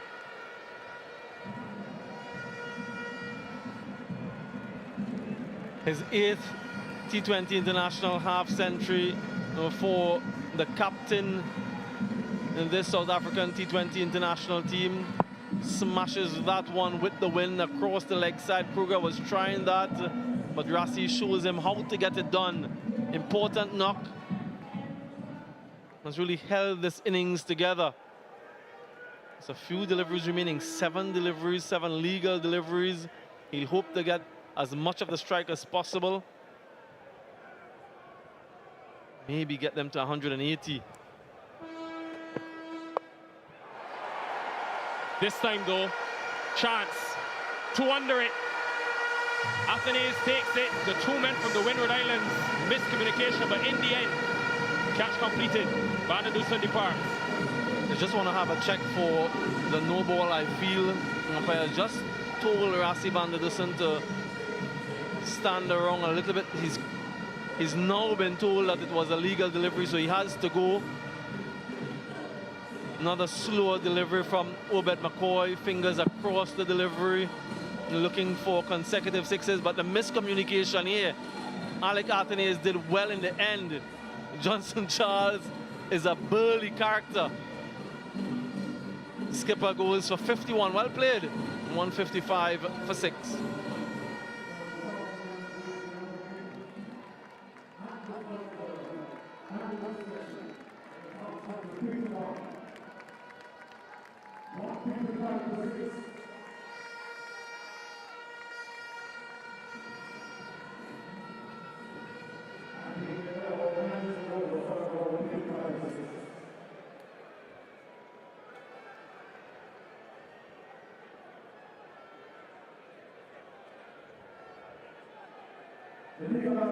Daryl Kutsia. He's got long levers. He's very capable of hitting a few big maximums. Need a few, at least. South Africa. Here's Shamar Joseph. Hits the boot of Fletcher, so they'll get through for the single, but well executed again.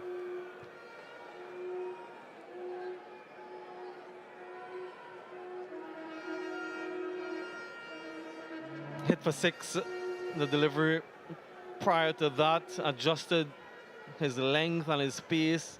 Almost a bit of disaster for the West Indies. The two West Indian players not communicating, and that's what Johnson Charles said to the young Alec Arthenez. You got to call. Make that call early, clear the way, complete the catch. He did well though. Wasn't fazed by the contact from Charles. Hit off is up. Has that been taken? Brandon King. That is unbelievable. Remarkable, absolutely remarkable.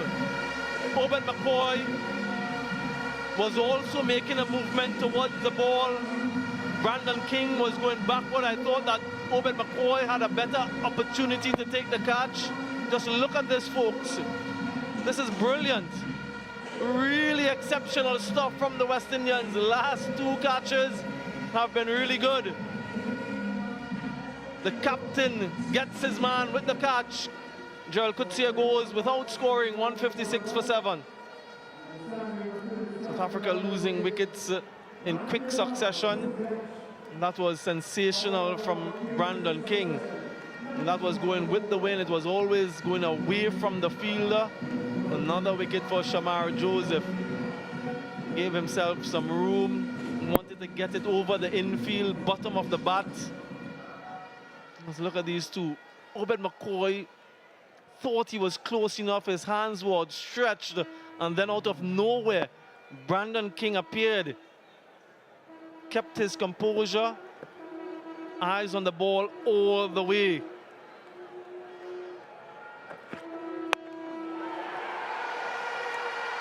Doesn't carry. He was late on it, Alec Arthenez. With all that's happening, I'm just grateful there's been no collisions, because those were 2 very close calls. And Beyond 14 was late on that delivery as well. Something that has pleased me no end, Nikhil and viewers, the fielding of the West Indians. Sometimes they're a little bit lethargic, naturally talented and gifted and athletic, but sometimes they seem a little bit lethargic on the field, and only when they're under pressure back against the wall you see the best of him. We've seen that. They've been on the mark all the way through. I mentioned before that that would be an important factor in the T20 World Cup, the catching, the ground fielding. Seem to be a well-oiled machinery in this West Indian team. 7 players, remember, to join this squad. Lots of hopes and aspirations from an entire region. Past the hit, misses. He lined it up, took his time, aimed, fired, but nothing. I wonder if he had an opportunity to run with the ball toward the stump as well. Yeah, he can smile now. But you're right. He assessed the situation, took his time, aimed, fired, and missed. He might have been able to actually run toward the stump and take the bail off. Decided to go for the throw at all three. Yeah, he's smiling. Brandon King isn't smiling. He's holding his shoulder. That's how forcefully he's pelted that ball. To no avail. Final delivery.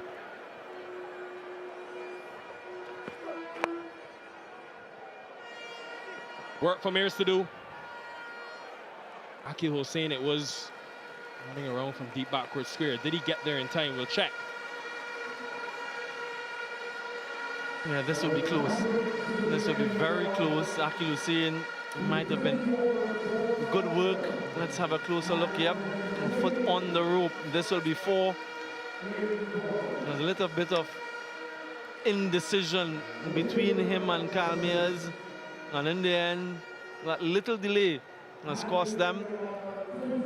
That will be the end of the innings for South Africa. They won the toss earlier. They decided to bat first, 163 for 7. Gudakesh Moti, very miserly in his spell.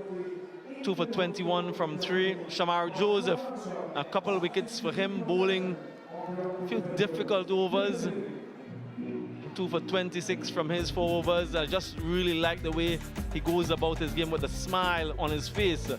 Quinton de Kock got to 19, top score from the captain. Another half century in T20Is for Rassie van der Dussen, 51.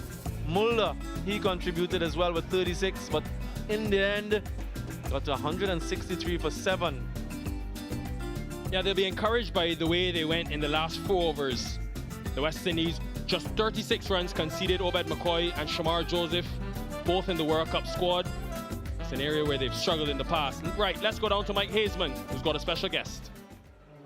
Obed, thanks for joining me. Gee, your life is looking a little bit happier today, I would imagine. Pretty exciting to be included in that squad. Yeah, I think I work hard enough throughout the year, and I think it's well deserved, you know, so I just have to keep getting better each game. Okay, now what about your performance today? You picked up a wicket in your first over. Of course, that's a nice little celebration for you. Yeah, it was pretty good, especially from the last game when I didn't do as well as I wanted to. I think I messed up the lens the last game, so I wanted to correct it this game. But I think it was a much better bowling performance today. We're not seeing those back of the hand slow balls anymore. Have they disappeared completely, or you're just trying on something a little bit different? Basically, I use it given the nature of the pitch. So this one helps me more with the off cutters and leg cutters, so I prefer using that one. What do you think about the target on this track? I think it's pretty good. I think we had a good start, and I think our batsmen can give us a one thing, of course, is going to help you guys in the World Cup. If you continue getting catches like the one that Brandon King just took, goodness me. Yeah, I got a bruise from that as well, you know. It's good. Terrific. Okay, well done. Congratulations on your inclusion, and the second half's important, so play well. Thank you. Lovely stuff from Obed McCoy and Mike Haseman. The West Indies then, it's going to be a challenge with the amount of spin South Africa have. They'll need 164 to take all 3 games in this series from the allotted 20 overs. And that will be right after the break.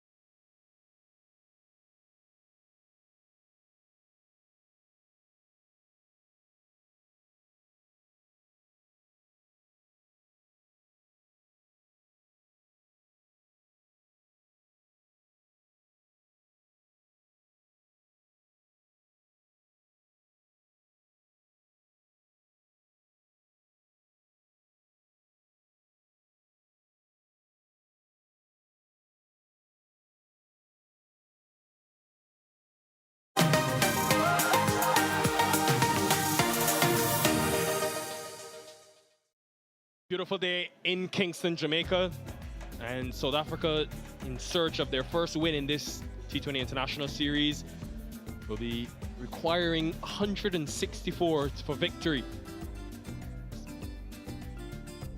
Correction, the West Indies, of course, will need that 164 as they come out to bat, but they'll be happy, South Africa, with the way they went about things, led by their captain, especially Carlos Brathwaite alongside me. When you look at the way Van der Dusen batted amid the West Indies wickets when they sort of struck early.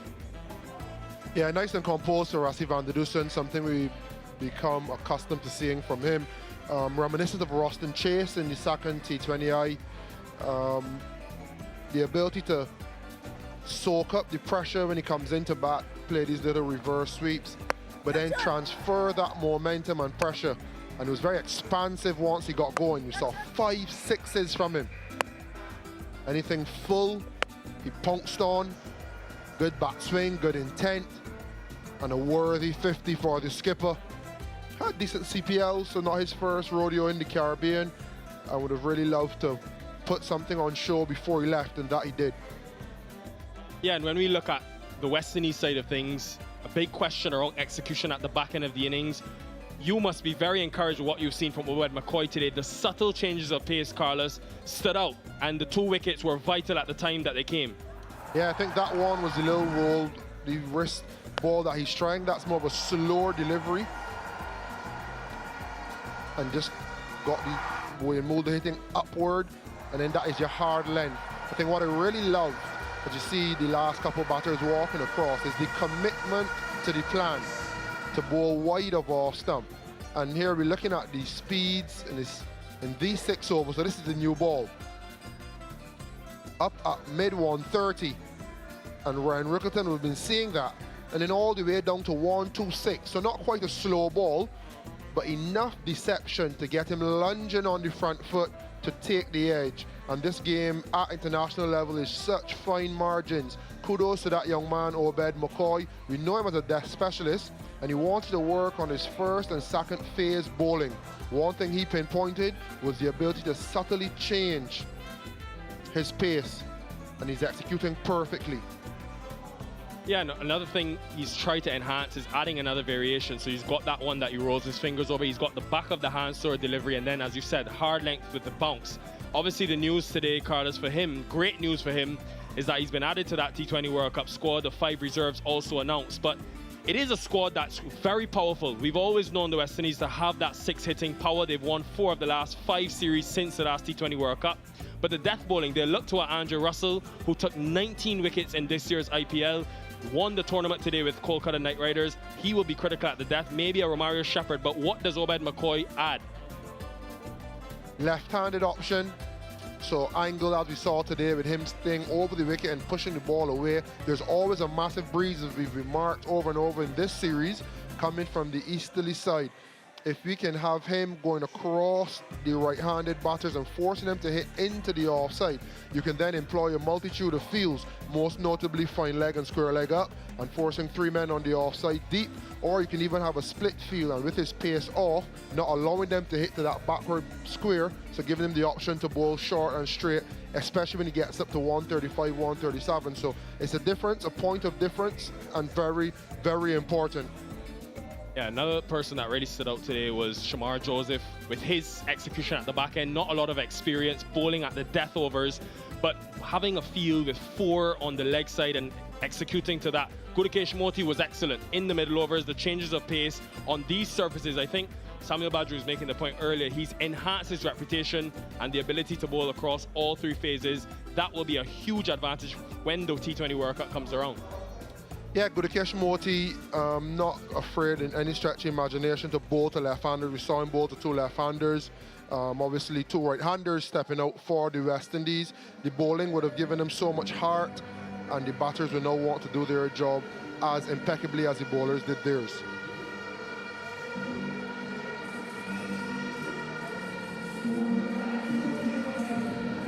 Right, time for the defense. In that South African camp, the West Indies will be hungry to get another win in front of this Sabina Park crowd. They've come out in their numbers yet again.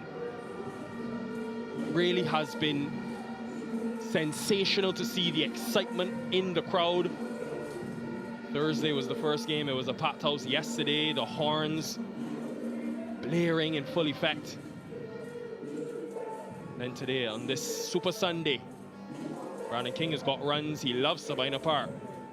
350s and 40-20 innings here. Continues to add and evolve in this format.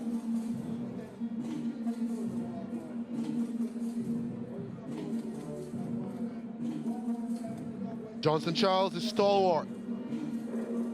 The opening partner of Brandon King. Good numbers from him. Strike rate just under 130. Not gotten any runs just yet, but a commitment to a role that he's been given. If he gets off, he can win the game for the West Indies. Anrich Nortje to bowl the first delivery. A lot of weight on his shoulders to make a comeback of sorts with ball in hand, and away we go.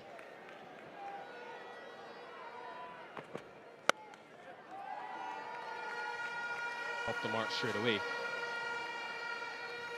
I wonder if this model can work for the South Africans, where they've got both Nortje and Coetzee into the same 11. That first delivery, 148, and this is why Rob Walters went for someone like a Nortje over someone like Lungi Ngidi or Nandre Berger. He mentioned he wants guys with the ability to bowl 150 kilometers per hour. He's got two.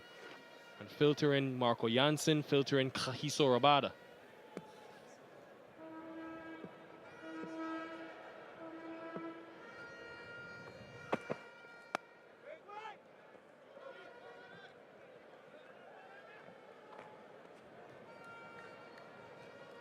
Pace is great, but in the West Indies, there's not much margin for error. In South Africa, in Australia, where you get more response from the pitches and you hit a good length and it zooms through, head height to the keeper and it looks good. Keepers skip from their position, a sack and slip. In the Caribbean, that still gets to the keeper knee height, so you still have to be on the money.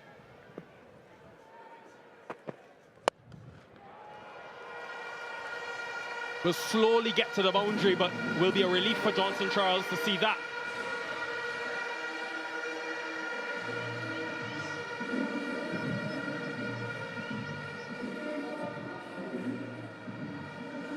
Rolling his fingers down the side of the ball, sliding into Johnson Charles, and that's his bread and butter. He won't miss that. Vacant mid-wicket, dispatched. Not with the power that we're accustomed to from Johnson Charles, but a boundary nonetheless, and he's away. Extra field the leg side, so deep backward square, deep mid-wicket. Almost at a cow corner position.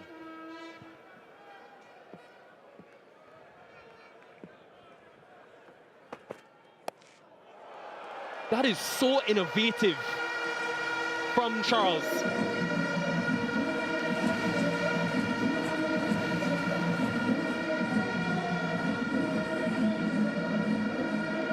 Classy from Charles, into the body, 145 k's per hour, and I'll just lean back and essay it over short third. Beautiful. More thinking to be done now, because it's gone pace off, went for 4, went pace on. Charles was better.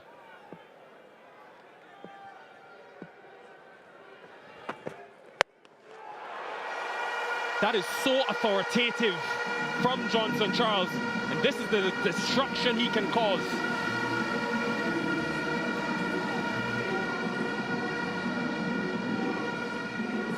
Slapped off the front foot.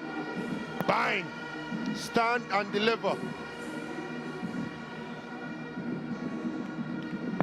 As fast as it comes, as fast as it goes. And I think, as I said for Shamar Joseph, I'd say for Anrich Nortje, just bowl a good line and length.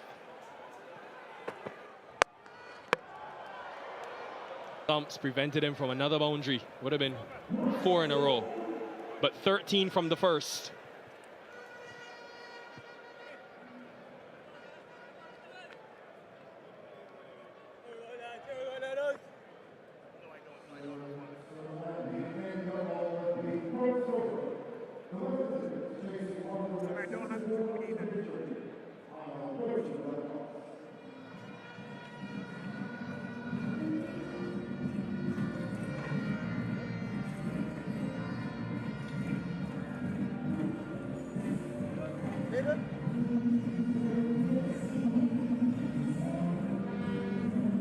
Very good start for the West Indies. Asking rate is only around 8 and over, so very controllable. Yesterday, Bjorn 14 was very economical in the power play. Bowled 2 overs, conceded just 4 runs, and picked up the wicket of Charles.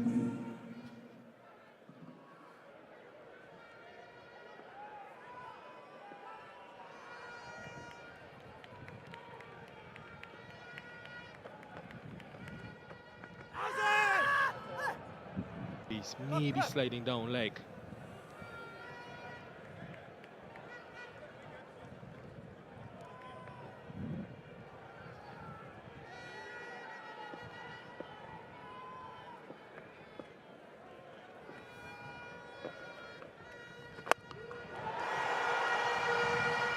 Brandon King, he has been in some form at Sabina.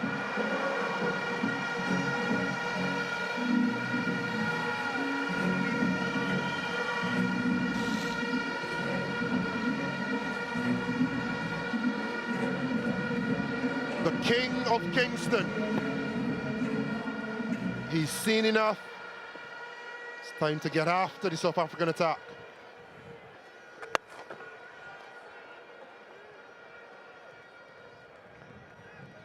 I think that was taken in the crowd, Carlos. One-handed nonetheless. Sheldon Cottrell Jr., dare I say, another soldier with cricketing pedigree. Look at that beaming smile. Proud history Jamaica has with cricket, and soldiers that play cricket. For the South Africans watching back in South Africa, they will know that sometimes if you take a one-handed catch at a cricket match, you can win 2 million rand. But the soldier today, not that lucky.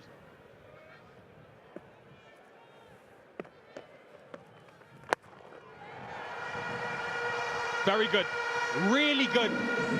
This is a really good start by the West Indies.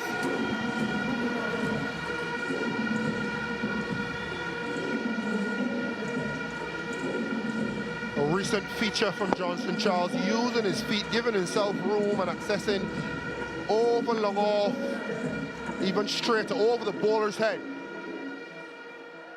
How difficult a proposition will it be to bowl spin to this man? He can sweep, he can cut, he can pull, and now he's added the ability to use his feet and target straight back over his head.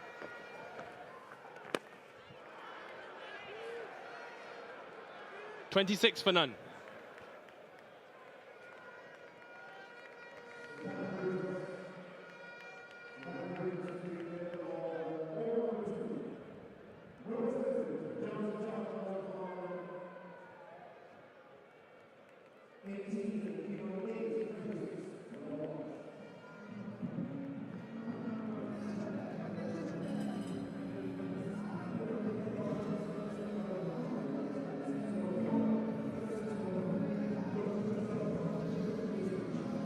Had a high quality of cricket in this series.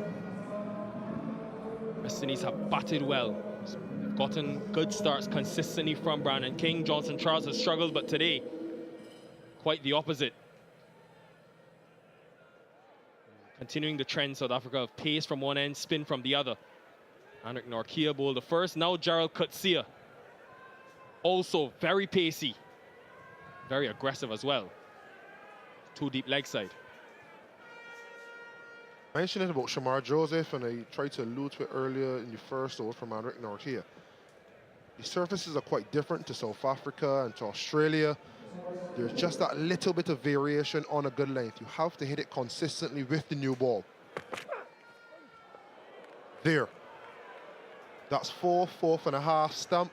If you had to put another set of 3, and you want to be off stump, or there, 4th stump, on a good length. And that's the variation we spoke about. How can you, with the new ball, now and throughout this World Cup, be very consistent, challenge the techniques of the opening batters on a consistent basis?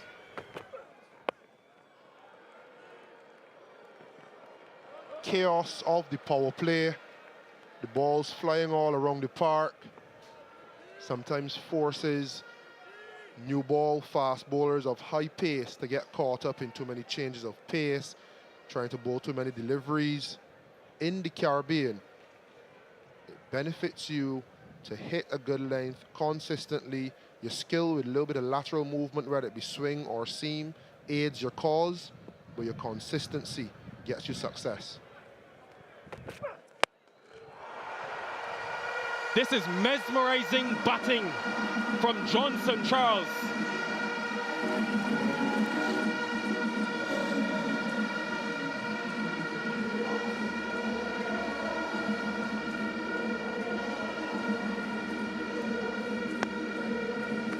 And it's catching practice in the crowd from Johnson Charles. What a catch. Cut the Australian way, reverse with the fingers up. And a Man United fan to boot. Congratulations, sir, FA Cup champion. Oh, brother. And the hero saved that young girl's life next to him. Even better. It's gone all the way for 6. He can do no wrong.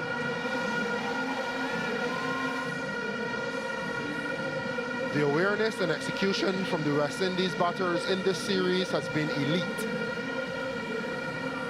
Full delivery, hammered over long on for 6. We know what will come next. The length will be dragged back. Johnson Charles knew it as well. And this was his response. Get inside the line, use the high pace, 145 Ks, and help it over the boundary for another 6.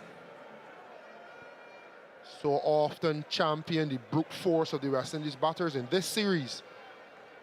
I've also seen some calculated thinking and execution to boot. And there's now a change in field.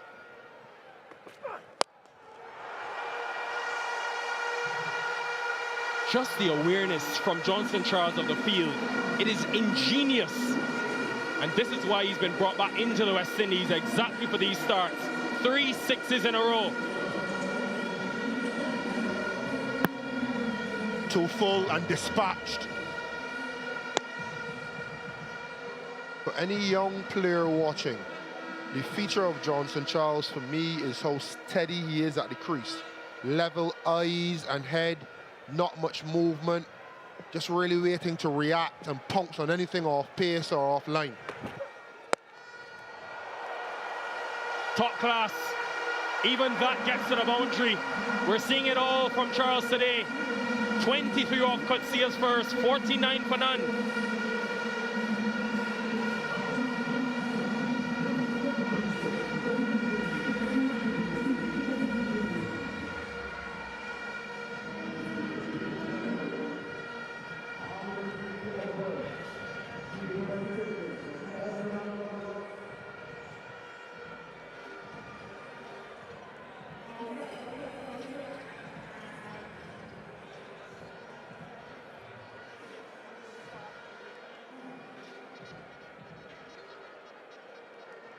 Will be relief for West Indian fans to see Johnson Charles back in the runs. Job is not finished. But in his last 8 innings since he scored 100 against South Africa, he averaged just 14. Today, though, when they went short, he pulled. When they went full, he drove. And just look at that. Icing on the cake to end it all. Class. It's forced Rassie van der Dusen to think. Haven't seen a lot of Vian Mulder with ball in hand. Here he is, though, from the Michael holding in.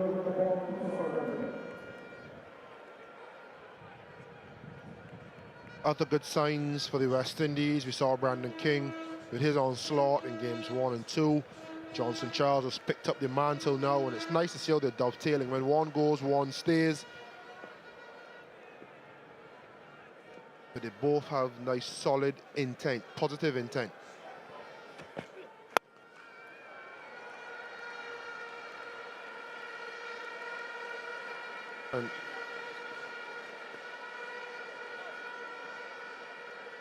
And South Africa has received their first warning for the stop clock between overs. Back to Johnson Charles, I think 150 partnership up and only 19 deliveries. Charles with the bulk of the scoring, 40 off 12. Just having a conversation with him about his couple lean games. It was so pleasing to hear that he backed his intent.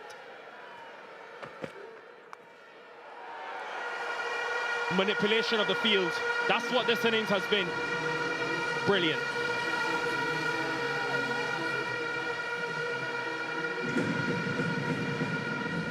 We've seen the power, now we've seen touch. Rolling the wrist. Just to the left of short fine leg and too far behind for deep backward square. I remarked about the role. He bought into his role. His role is to get after the bowlers in the power play, and it may not have come off for him in the first 2 games, but this is why Darren Sammy is giving him that role. And he understands it, and he's bought into it. And he's prepared to fail a couple of times, knowing that when he gets off, that he can win West Indies the game. And this game is not done, not by any stretch of the imagination, but this is a glimpse, a small peek into the prowess that Johnson Charles possesses and the reason he's been given the role that he has. He can take down the best on any day. And over the 3-match series, it's just beautiful to see guys buying into roles and, albeit not performing as they would like, putting the team first. Interesting move to go to Mulder here. I think the thinking is from Van der Dusen is someone who can take more pace off. Problem is, though, this hard new ball is not quite gripping in the surface like McCoy and Joseph got it to at the back end of the West Indies bowling innings. There is a Patrick Kruger as well, also hits the deck, can take pace off similarly. And then Mahaba Peter with his leg spin. Sure, we'll see him soon, probably outside the power play.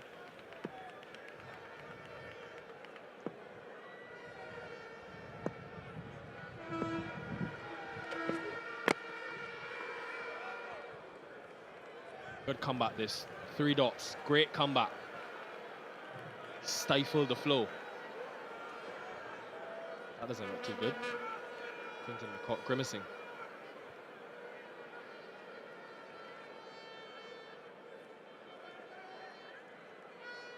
Lost Otniel Bartman in this series due to injury.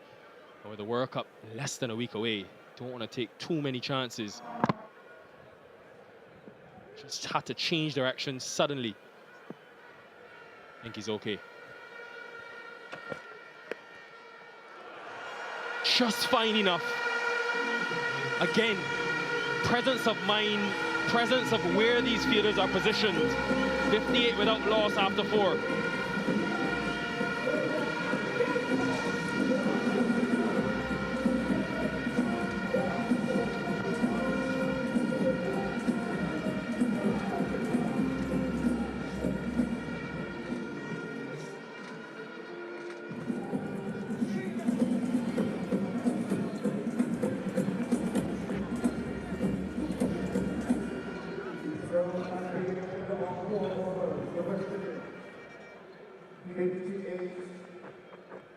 Way ahead. It was a slow start for the South Africans. Credit to some good spin bowling, especially from Akil Hussain in that power play. Change of ends for Bjorn, 14. First of went for 13.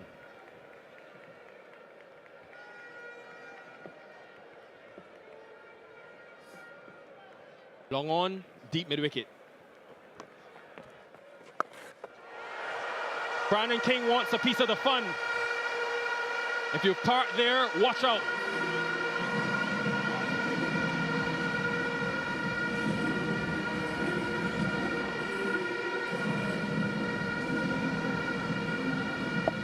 Sublime hitting of the ball and the cars in the car park. That's taken him, as we speak, to the leading run scorer in the series thus far.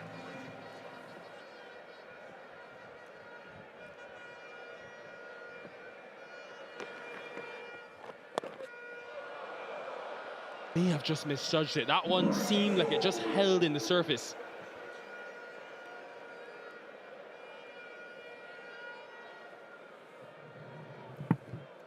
Little puff of dust.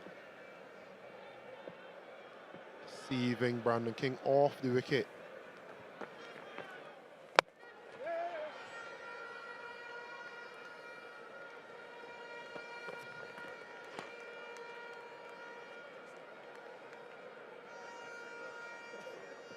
Leading run scorers in this series, Brandon King 1-3-2 and still going. Ariza Hendricks, he will play no further part. Roston Chase missing out today.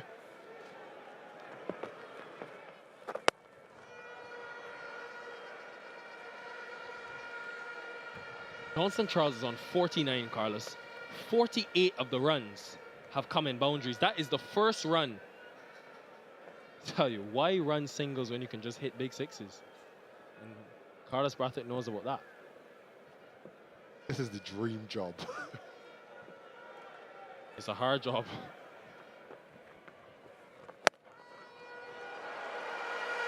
So classy. So classy, Brandon King, in this series.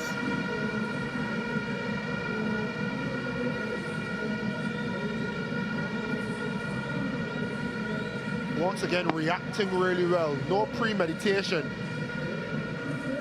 Just waiting very, very long and picking the gap. Precision. We saw it early in the over. The ability to react with bat in hand and not premeditate. It was down the leg side, he slapped it for 6. And last ball, he rocked back and cut it for 4. Brilliant batting from Brandon King. What a start for the West Indies. 70 without loss after 5.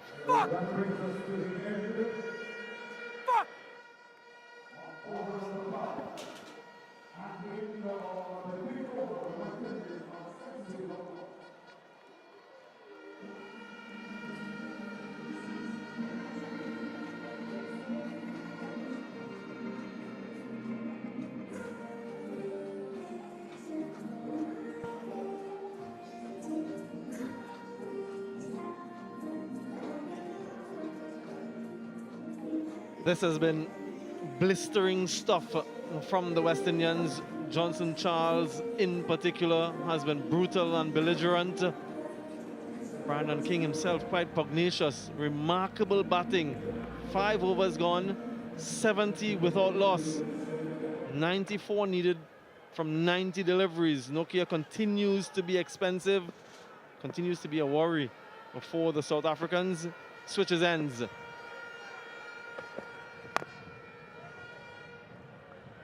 Mike Hazeman alongside me. Mike, it seems as though the West Indians are batting on a completely different surface. Yeah, but listen, don't get ahead of yourself, please, Samuel. I mean, yesterday South Africa got 100 with 8 overs. So, I mean, that was a far more impressive performance. Yes, they did lose. I mean, that's perhaps part of the bigger picture as well. But, no, they've been brilliant. They really have been brilliant. I've been so impressed with Brandon King in particular. And nicely, Johnson Charles scored some runs. I mean, I think with those 22 runs we scored in that 3rd over, himself, how dynamic he is. Well fielded, but they will still go for 4. Brings up a much-needed half-century for Johnson Charles.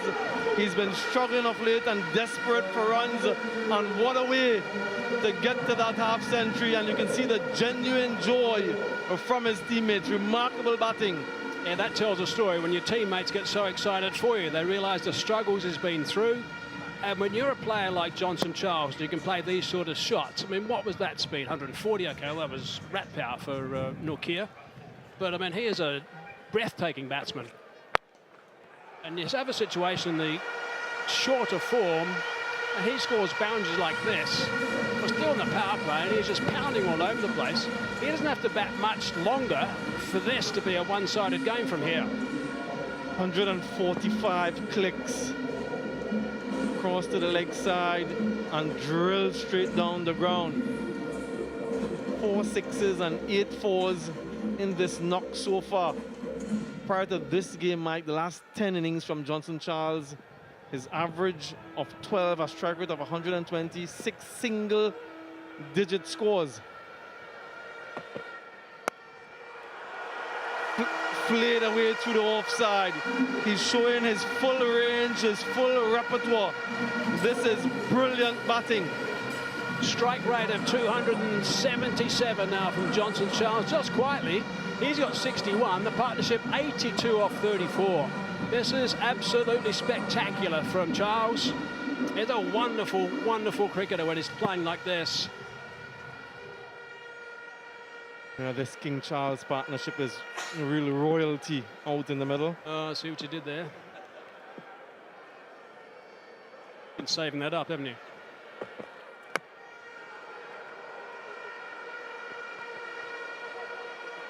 A very high piece from Anrich Nortje, searching for the Yorker.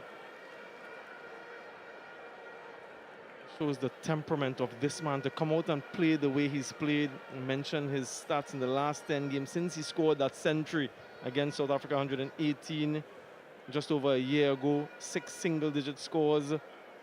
Once he's gone past 30 prior to this. This is a much-needed innings from him. From a West Indian perspective, as they head to the T20 World Cup just days away.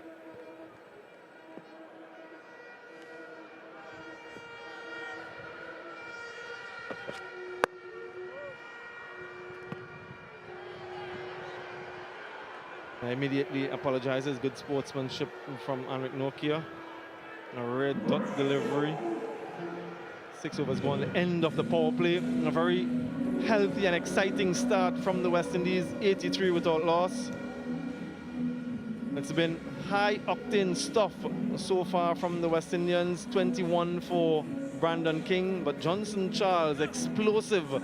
62 from 23 deliveries. And with this sort of foundation, just expect that it will be a series sweep for the West Indies. Nortje 13s, that's been what he's been going for in the IPL as well. 14, 25 from 2. Confirmation that we're into the middle phase of the innings. Peter. Yeah, not bad. Kangaba, Yonzi Peter into the attack now. He was superb yesterday. 2 wickets on debut. Economy rate of just 8. And his best numbers, of course. And he'd love to double up again today. He's got lots of talent, this 21-year-old. 3 fielders in the deep leg side. Backward square, mid-wicket, long on. Johnson Charles will be targeting that area. Starts with a wide. Got a wicket in his first over, the wicket of Brandon King. That's amazing. Going at nearly 14 runs the over so far at the moment in the third T20. 83 for none versus 45 for 2 in this one, the power play.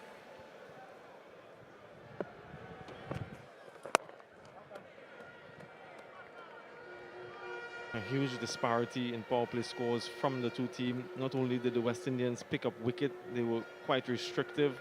And then when they batted, that tells the story. They've dominated this phase throughout the series. And that's why they have that unassailable 2-0 lead.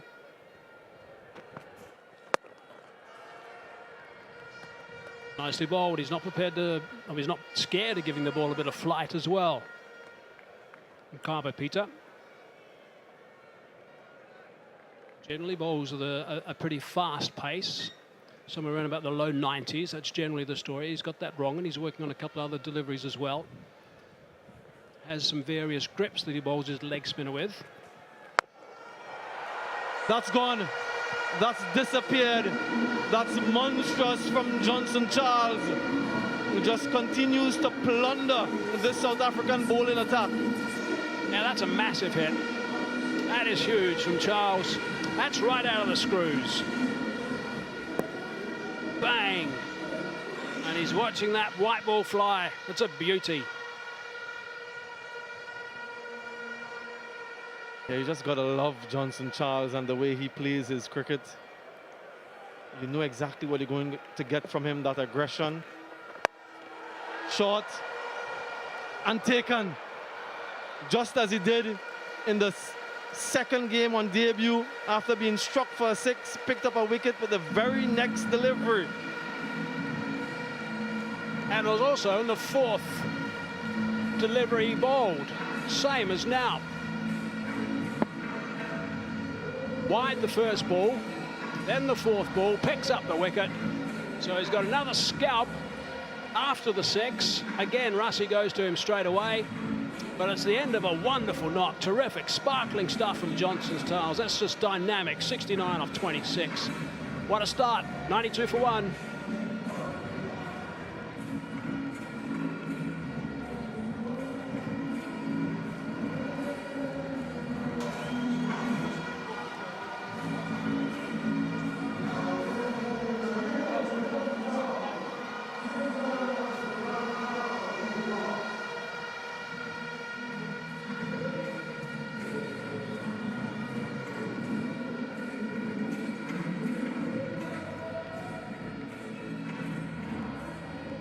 Calmiers officially named as one of the reserves for the T20 World Cup.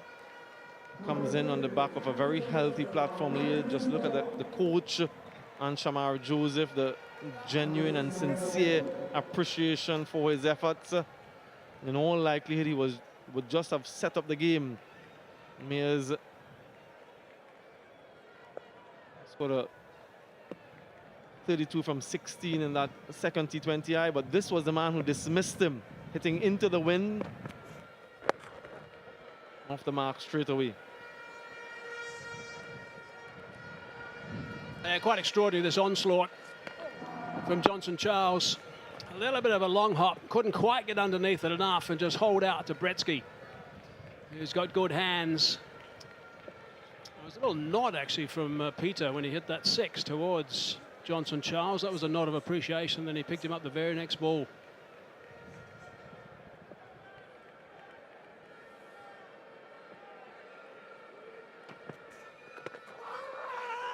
Just be sliding down the leg side, an innings from Johnson Charles of 69 with just the 3 singles. 7 overs gone, 93 for 1.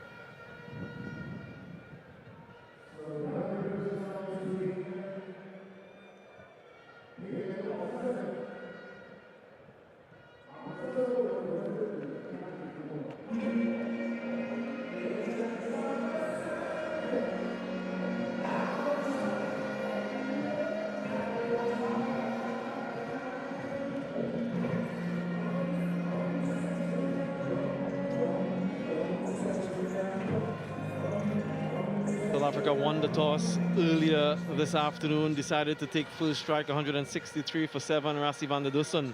Well, a recovery after they were 50 for 4 to get them to that score, and West Indies in reply.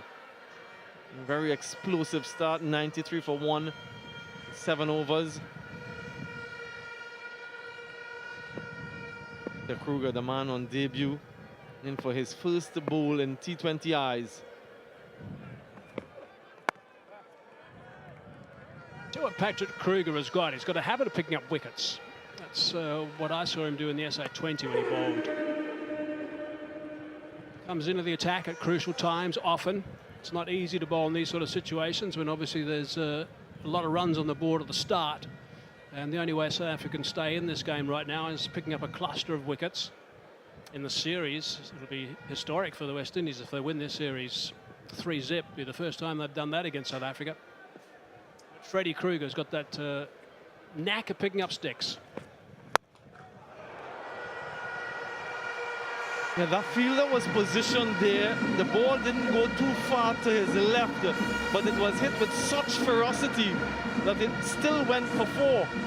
That is Brandon King at his very best.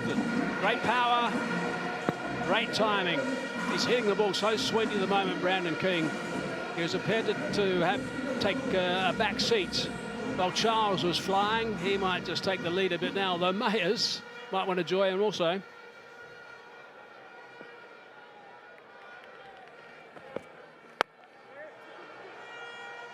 And when they play like this, they look an unbeatable unit, the West Indies team. Aggression, 6s, 4s. Their bowling was quite smart, intelligence on the field. Very good series from Brandon King, the leading run scorer, 79, 36, unbeaten on 27. Still looking to add to that tally. Maybe some decision for whoever has to select the player of the series, with Gudakesh Moti picking up 8 wickets as well. It's us. Samuel, it's us. Start thinking.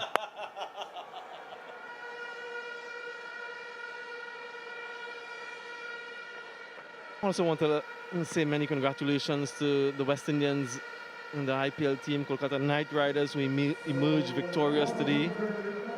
Andrew Russell, Sunil Narayan, Shofin Rutherford. Russell and Rutherford named in the West Indies World Cup squad. Also the birthday of Sunil Narayan, so a celebratory day for him and for his teammates. Well done.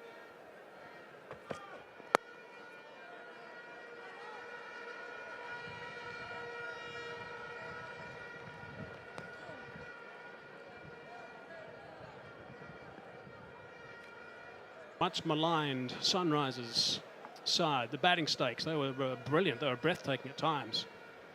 And the IPL just couldn't fire today. Some good bowling, some movement. Wickets early. A couple of South Africans not for the first time on the losing team today. Steady. 8 runs coming from his first over in T20Is, 101 for 1.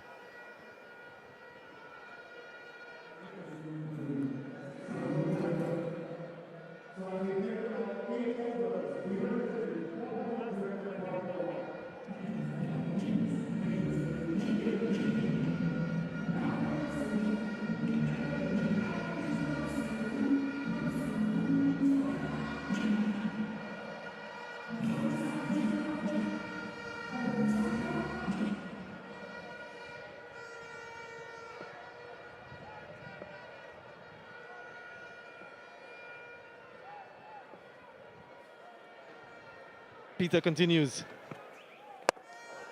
Down the ground, all the way for 6. And that's what he was trying to do yesterday. Latches on to this one. Greets him first delivery in this over with the maximum. And just look at the effortless way he does this. He's such a wonderful striker of the ball. There's no overhitting. Total control. Straight down the ground. 72 yards to the boundary. That's probably gone 82 meters, I should say. It's probably gone 82 meters in the end. It's a different Brandon King we've seen in this series with his strike rate, his controlled aggression. Usually takes his time and then gets a groove on. But he's gone from virtually ball one throughout the series. I'd much rather see him playing like this, 35 from 20, along with Johnson Charles. They can replicate this type of form in the T20 World Cup. It'll be a force to reckon with. Yep.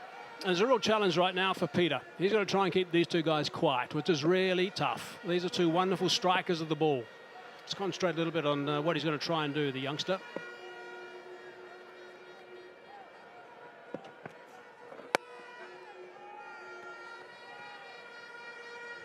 And never easy making your debut and then having to contend with the likes of Kyle Mears and Johnson Charles, Brandon King, power hitters, 6 hitters at a venue like this. He's bowling from the end. Oh, no. No. That's what he can ill afford. As a spinner, you don't want to do that. That's cardinal. A free hit for Brandon King. He doesn't necessarily need one to take the bowling on, but this is a gift. Being quite hospitable, Peter. Can change the field. Has done just a little bit. Will he capitalize? Yes, he does. Reached for it, Brandon King, and still gets it close enough to the middle of the bat for another 6. It was a free hit, and he reaped the benefit. Yeah, it wasn't right out of the screws, this one, but it was very well struck. Big reach forward with that front dog and hit it fairly flat in the end. Good power. They're very familiar with the conditions here, and he'll know that he'll be hitting with the wind. Know the pitch quite well. First series as captain for the West Indies team in front of his home fans. He's spoken in an interview in the lead into this series about playing in Jamaica.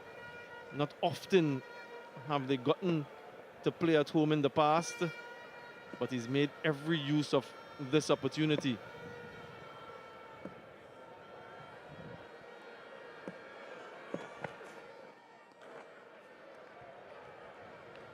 Expensive over from Peter, 17 coming from that one, 118 for 1.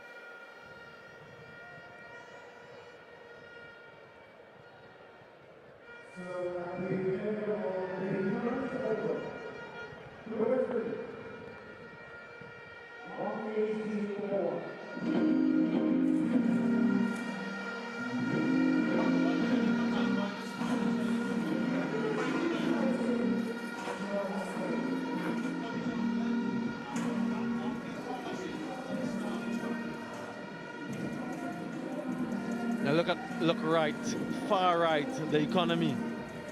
Almost everyone has been punished in this match so far. Who can Rassi van der Dussen turn to? Well, he's turned to Reza Hendricks for his off spin. This should be at least 2. Yeah, half stop from the skipper, van der Dussen in the cover region. I don't think too much is going to stop this train now from the Caribbean. It is roaring along. Run rate at over 13 all the way through pretty much.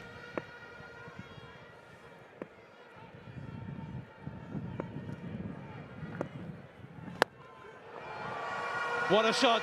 Glorious, absolutely glorious. From Kalmeers, targeting the side screen, just hurt marginally. Reza Hendricks and duly dispatched. I don't know how many times I can say it's just a wonderfully controlled strike from a Caribbean batsman. Just beautifully hit down the ground for 6. It wasn't that high either, it was fairly flat. He's so strong, Mayers. Last game we saw the most number of 6s hit at this venue, 14 6s in total, equaling the record previously set by the West Indies. West Indies in this innings, they've already hit 10. And they're just doing it so easily as well.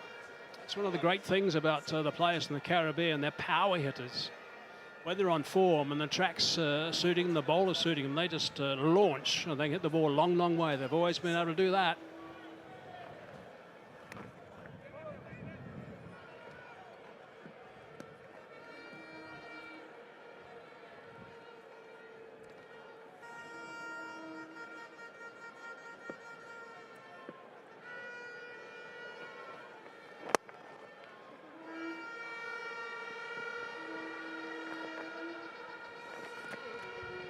From the 10th, 128 for 1, and very much in control of this contest, the West Indies. It's time for the Blue Waters drinks break.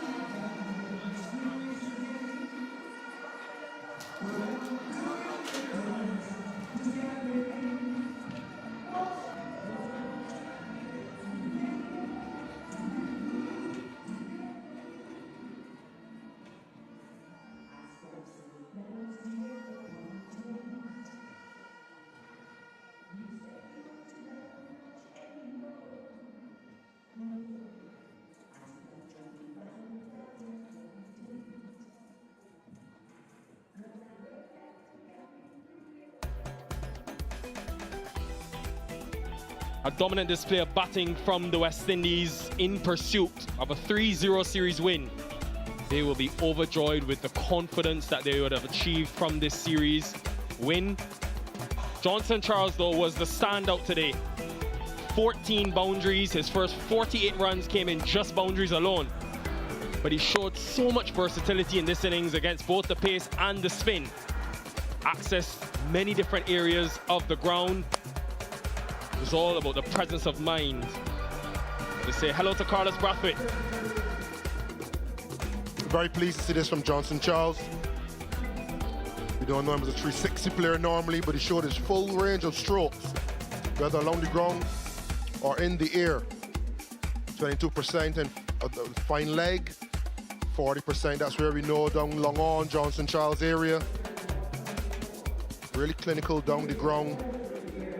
Brandon King playing second fiddle for the first time this series. And South Africa up against it.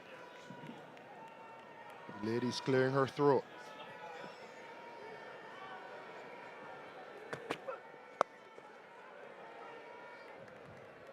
Six sixes away the West Indies. I say that because an astonishing stat.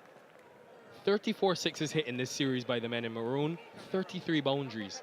And I think that's going to be an element at that T20 World Cup. Because of that wind factor, once you hit with the wind, more often than not, the balls fly over the ropes for six.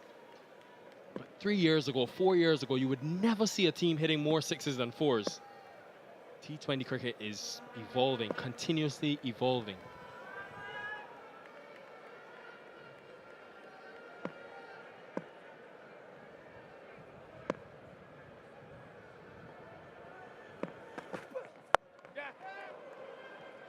Pacey short delivery. Carlos, why were you smiling when I said the stat about the sixes? I think there's no secret that West Indians hit the more sixes wherever we play in the world, and I think the conditions aid that. You have to be prepared to hit sixes. It's as simple as that. And I think where West Indies has fell down in the past and where they've made amends now is when they haven't been hitting sixes, they've been rotating the strike. They've hit boundaries, they've hit twos, they've been very smart.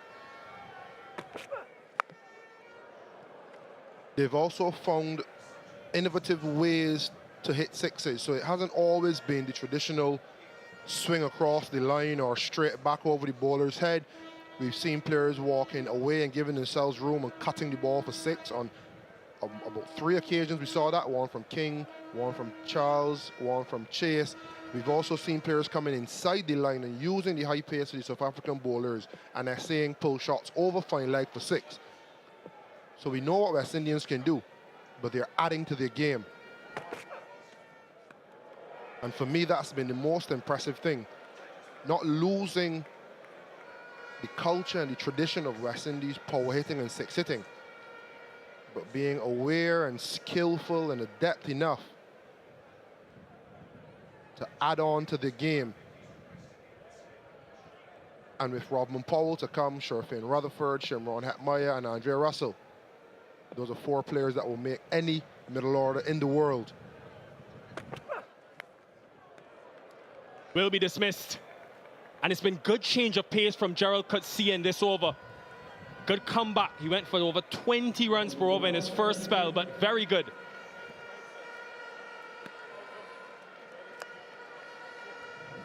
Pace off, and it's the bounces done. Brandon King this time around. A lot higher than he would have expected. Coetzee really dragging down on the ball, getting it to really bounce up off the grassy area on the pitch. Brandon King goes 44, West Indies 1, 3-0 for 2.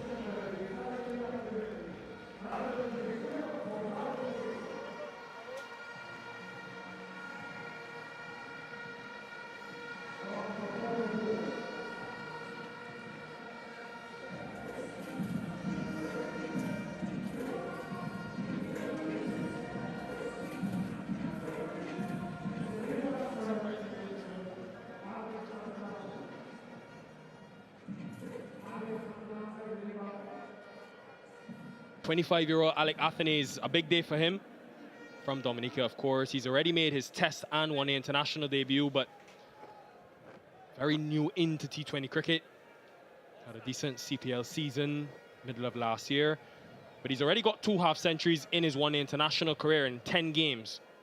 Showed a lot of promise so far. Huge opportunity to get these winning runs and finish unbeaten. 2 left-handers at the crease. What a ball to get first up. Very good from Coetzee. 2 runs and a wicket. 130 for 2. Good comeback from Coetzee, Carlos. Yeah, commitment to hitting length, mid-on and mid-off are up. You see that cross seam trying to not give anything away. But then on the last second, just rolling his fingers down the side of the seam. So Brandon King will be seeing cross seam and not sure if it'll come down at 148 or 125 as it did. And because he rolled his fingers down the side of the seam as well, it allowed the ball to bounce a little bit more, and the bounce did for Brandon King on that occasion. Maybe a little too late. 34 needed off 54 deliveries. Missed opportunity. Mears missed it. The cock did as well. Byes given.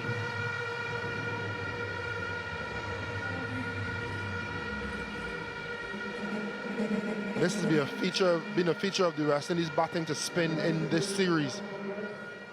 Propensity to use the feet more often than not. We're accustomed to seeing West Indian players slog sweeping and hitting straight, but using the feet and accessing over the ball has been fantastic so far. Put down. Never easy, those return catches, especially when it's Kyle Mears who's striking it. Hits it so cleanly. That would have taken some catching.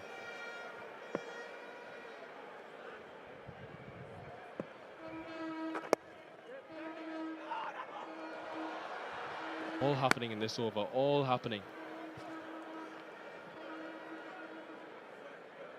This is a role that Aidan Markham will play in the South Africa team, bowling off spin, especially when you've got left-handers at the crease. 2 of them now for the West Indies.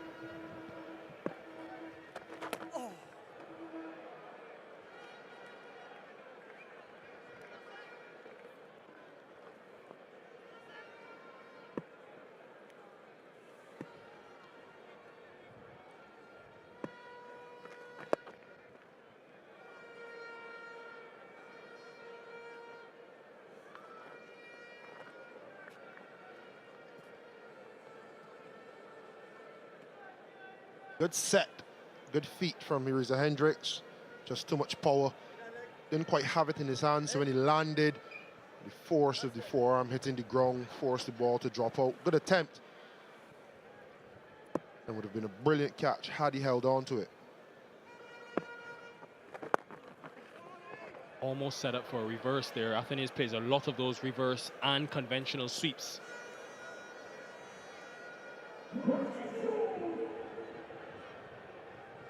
Do have deep backward square, deep mid-wicket, as well as a deep cover. But third is up in the circle if he does play that reverse. First runs in his T20 international career. 1 through 8 for 2.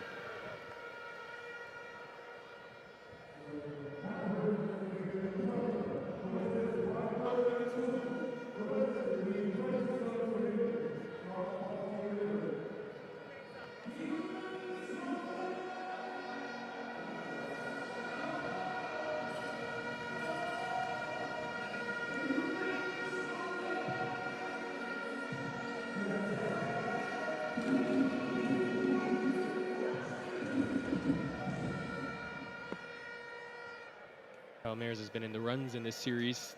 Touch slower today, but just 3 runs and over required. So doing the right thing, playing it safe, steering the West Indies home. Kutsia starts with a wide, and they'll get another run.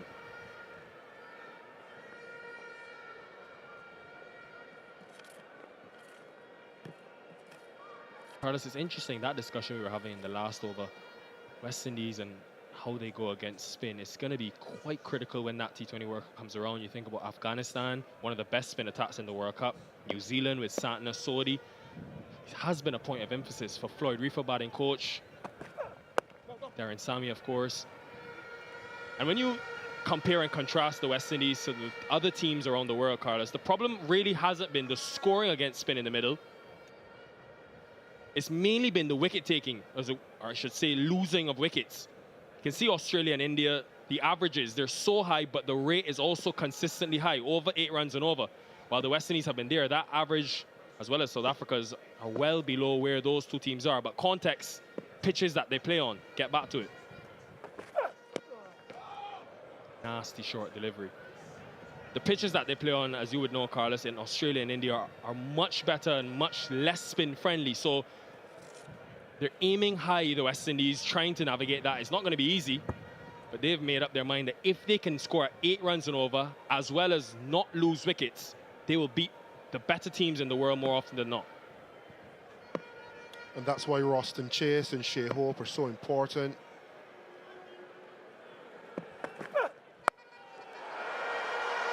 Clean. Very clean. And taken again. It's the third crowd catch. What are they serving at Sabina?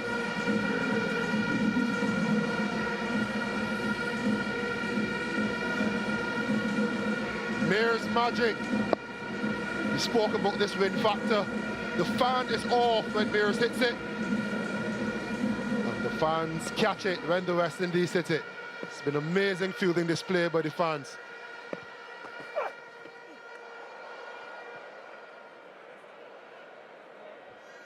I love this battle. Coetzee and Mears. Mears won't back down. And Quinton de Kock, he struggled with that back injury when he changed position. I think it was Anrich Nortje bowling early in the innings. This is not a good sign for South African fans. And he stretched up. We saw him with the wide early in the over, ball bouncing, and he's not moving well.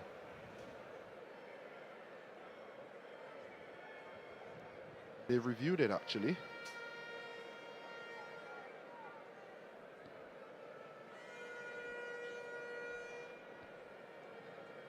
Okay. An ultra edge. Front on coming up. Appears to be a gap between bat and ball. Can we have ultra edge, please? Ultra edge coming up. Flat line. Gap between bat and ball. Satisfied, no bat involved. We go back to Leslie on field. Or Leslie, could you stay with your original decision of not out? Miles away from the bat. Hope more than anything. But Coetzee 1-5-1 that last delivery. This is a good battle. Coetzee v Mears.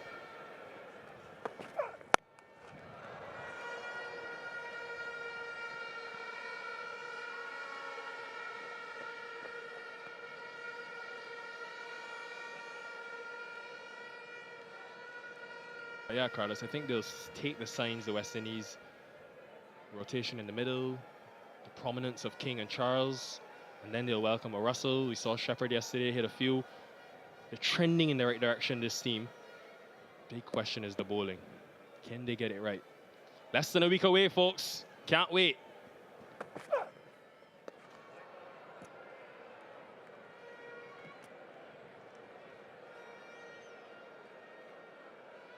Poor Quinton de Kock.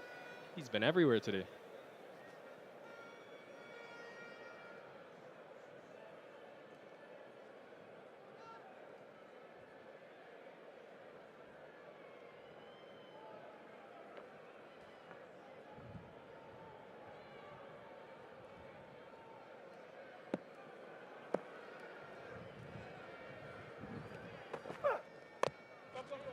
A good slower delivery, good variation of pace. 150 for 2.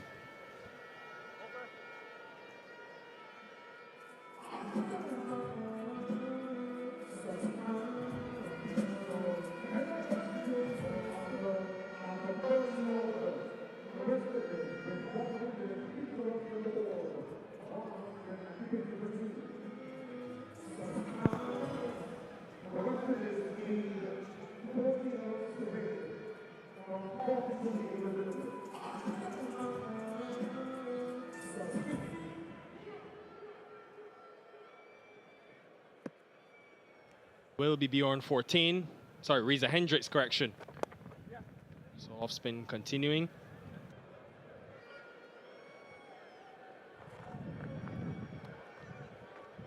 Carlos, with that T20 World Cup, I want to talk to the West Indian fans, both here in the stadium and those watching at home. They'll be watching.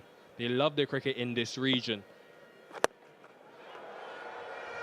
Exquisite. But he has so much power, Kyle Mears, that it goes all the way for 6. This is going to be done in a hurry.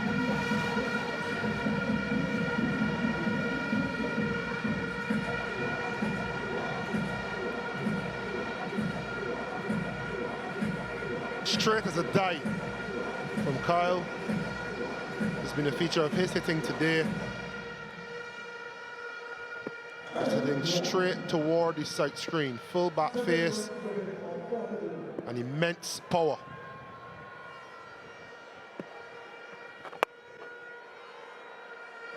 I just hope, Carlos, that the fans in the Caribbean don't underestimate their importance at this T20 World Cup. We've talked so much about the performances on the field, but the fans in the Caribbean have a role to play. At every venue that the West Indies go to in this tournament, you will know more than many what that difference it can make when you have that support behind you. And the fans at Sabina Park have been brilliant in this series. Yeah, the cliche 12th man sometimes is overused, but I think with the performances on the field in T20 cricket recently for the West Indies, you're looking for the crowd to be that 12th man and to abuse that cliche. I think the fans can get this team over the line, especially with ball in hand, get them through tough periods, but more often than not, the skill on the field will bring the energy from the fans off it. That will be it. It's victory for the West Indies, who take the series 3-0. The batting has been dominant, and they have dominated the South Africans. It's the first time that they've won 3-0 against South Africa in a T20 international series. And what confidence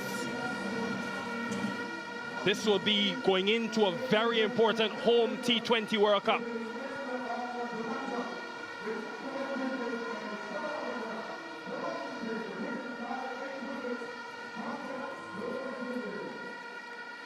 This has been inspirational from the men in maroon.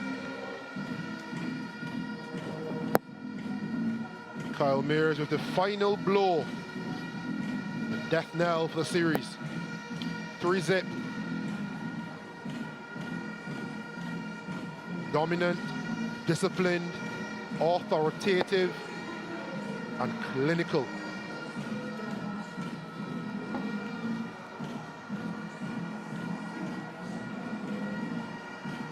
Since the last T20 World Cup, the West Indies have played 5 series, 5 T20 international series. They've won 4 of them.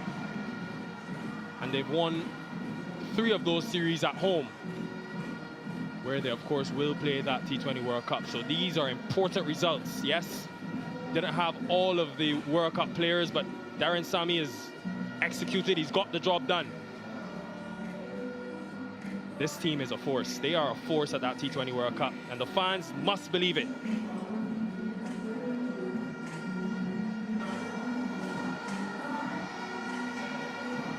And there'll be some at home saying, don't get on your high horses, it's just a bilateral series, just a preparatory series, and both teams are missing players, but winning is a habit. And we've seen 3 different types of victories over the course of these 3 games, and I think it's enough to make the fans at home dream, enough to entertain the fans, as you can hear from the horns, as you can see the colour. That man on screen, Johnson Charles, sublime today with a total team effort, and they are most definitely making winning a habit. It's the biggest win for the West Indies over South Africa in terms of balls remaining, but they'll be so happy with the way the openers have gone. Johnson Charles was short of runs since he scored that 100 against South Africa almost a year ago, but today it was so much brute force. And Brandon King, something about Sabina Park, his home ground. 3 T20 50s in 5 innings. Alec Athenaeus on debut, seeing the winning runs. But Kyle Mears, again, let's not underestimate his impact at that number 3 position in the series. Very pleasing. Not much to shout about from a South African perspective with ball in hand. Gerald Coetzee again, the wicket. Kaba Peter, he would have been happy with how he's gone first 2 T20I games. But a lot of work to be done. Kruger not really getting into the game, just the 1 over on debut. Anrich Nortje, work in progress. Lots to be done leading into the World Cup for him. South Africa just not at the races again today with ball in hand. There you have it then. The West Indies win by 8 wickets. and they take the T20 International Series 3-0. First time in history they've done that against South Africa. And the confidence in this group, and Darren Sammy's group going into a T20 World Cup, will be critical. Fans have been brilliant. We'll have more after the break. Stay with us.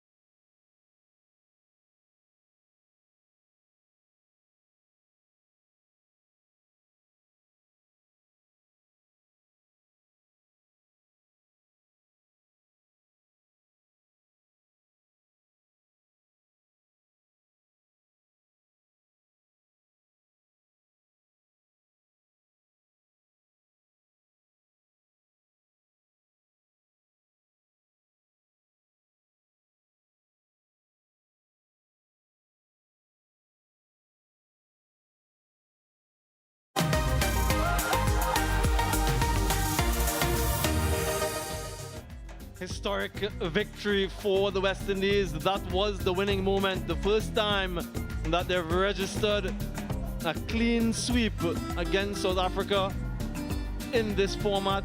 An exhibition of power hitting, explosive batting, combined with strategic and disciplined bowling and really efficient fielding. West Indies dominating this series all the way through. All smiles in the dressing room. Another series win for the West Indies. A very happy head coach, I'm sure. South Africa won the toss, decided to bat first. They were hoping that they could have gotten closer to that 200 mark. 50 for 4 at one stage. Rassie van der Dussen, the captain, rescued them with a 51 from 31. Got up to 163. Couple of wickets for Moti, 3 for Obed McCoy, who has just been included in the West Indies World Cup squad because of the injury of Jason Holder. West Indies, in reply, just look at that, 165 for 2 in 13.5 overs. It was a blitzkrieg from Johnson Charles, 69 from 26. Brandon King, 44 from 28. Mayers, not in the World Cup squad, among the reserves, unbeaten 36. And in the end, Alec Athene is on debut and got 6 from 7. West Indies winning by 8 wickets and sweeping the series 3-0. Thoroughly entertained throughout the weekend. The fans who came in, who haven't seen international cricket too often here at Sabina Park, but they were well pleased. Their hometown hero, Brandon King, in his first game as captain of this West Indies team, and he didn't disappoint with the bat. And from a leadership standpoint, they'll all be hoping that this type of form will continue into the global showpiece event not too long from now, just a few days away. Remember, folks, both teams have reinforcements, 7 players missing for this series. So I don't know how much exactly we can read into what we've seen throughout the course of the series, but very confident and formidable looking West Indies as they search for a 3rd T20 World Cup title. And South Africa searching for their first global title ever. Perennial hopefuls. They think that this could be the year. Have some exceptional talent in their team, the likes of Klassen, Markram, David Miller. When you add Rabada, Tabriz Shamsi, who didn't feature, potentially they can go all the way. It's nice to see the youngsters in, the young boys and girls. They are the future of West Indies cricket. And they've seen their heroes live and in person. Older folks as well enjoyed all of the entertainment, the food, the drink, and of course the performances on the field. It's about that time now for the post-match ceremony. Mike Hazeman is down in the middle.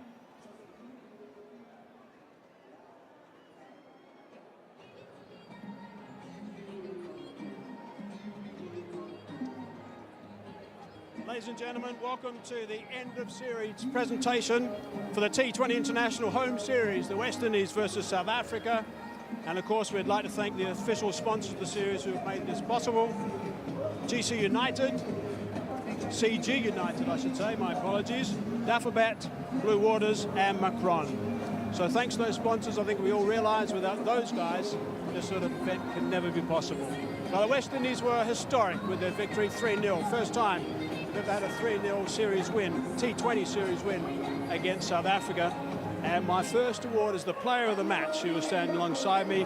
It is Johnson Charles for his 69 of 26 deliveries. And alongside I've got Dr. Donovan Bennett, the President of the Jamaican Cricket Association and Director of West Indies Cricket, to hand over the cheque. Please, sir.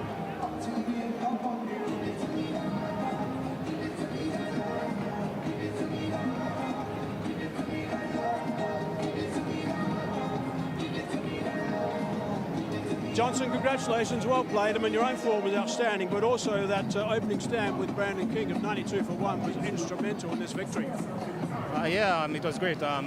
You know, we've been working hard during the camp leading up to this series, and we've worked hard. We've worked hard on our skills, and you know, it's just a matter of implementing it leading up to the World Cup. Johnson Charles of old today, what clicked for you? Just enforcing the basics, to be honest.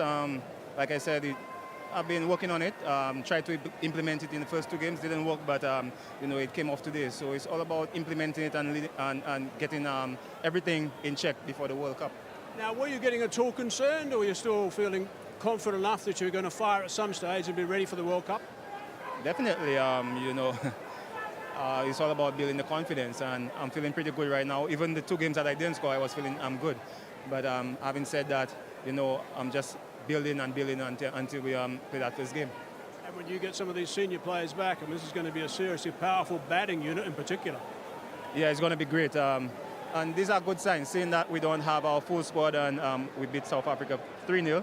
These are very promising signs, and when you get these players back, it's going to be a very good team. Terrific. Well played today. Cheers, thank you.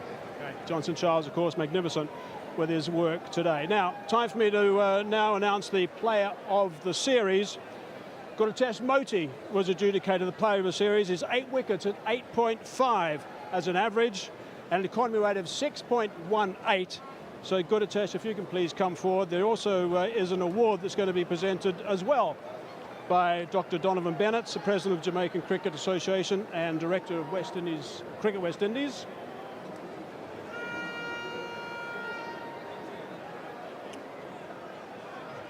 Outstanding numbers, 8 wickets at 8.5 with that economy rate of 6.18. Good, Atash. Well bowled. You've got to be so pleased the way you bowled in this series. Yeah, I'm very pleased with the performance. I've been working very hard over the past week. We had a camp in Antigua, which we work on a lot of things, and I'm pretty happy with the performance.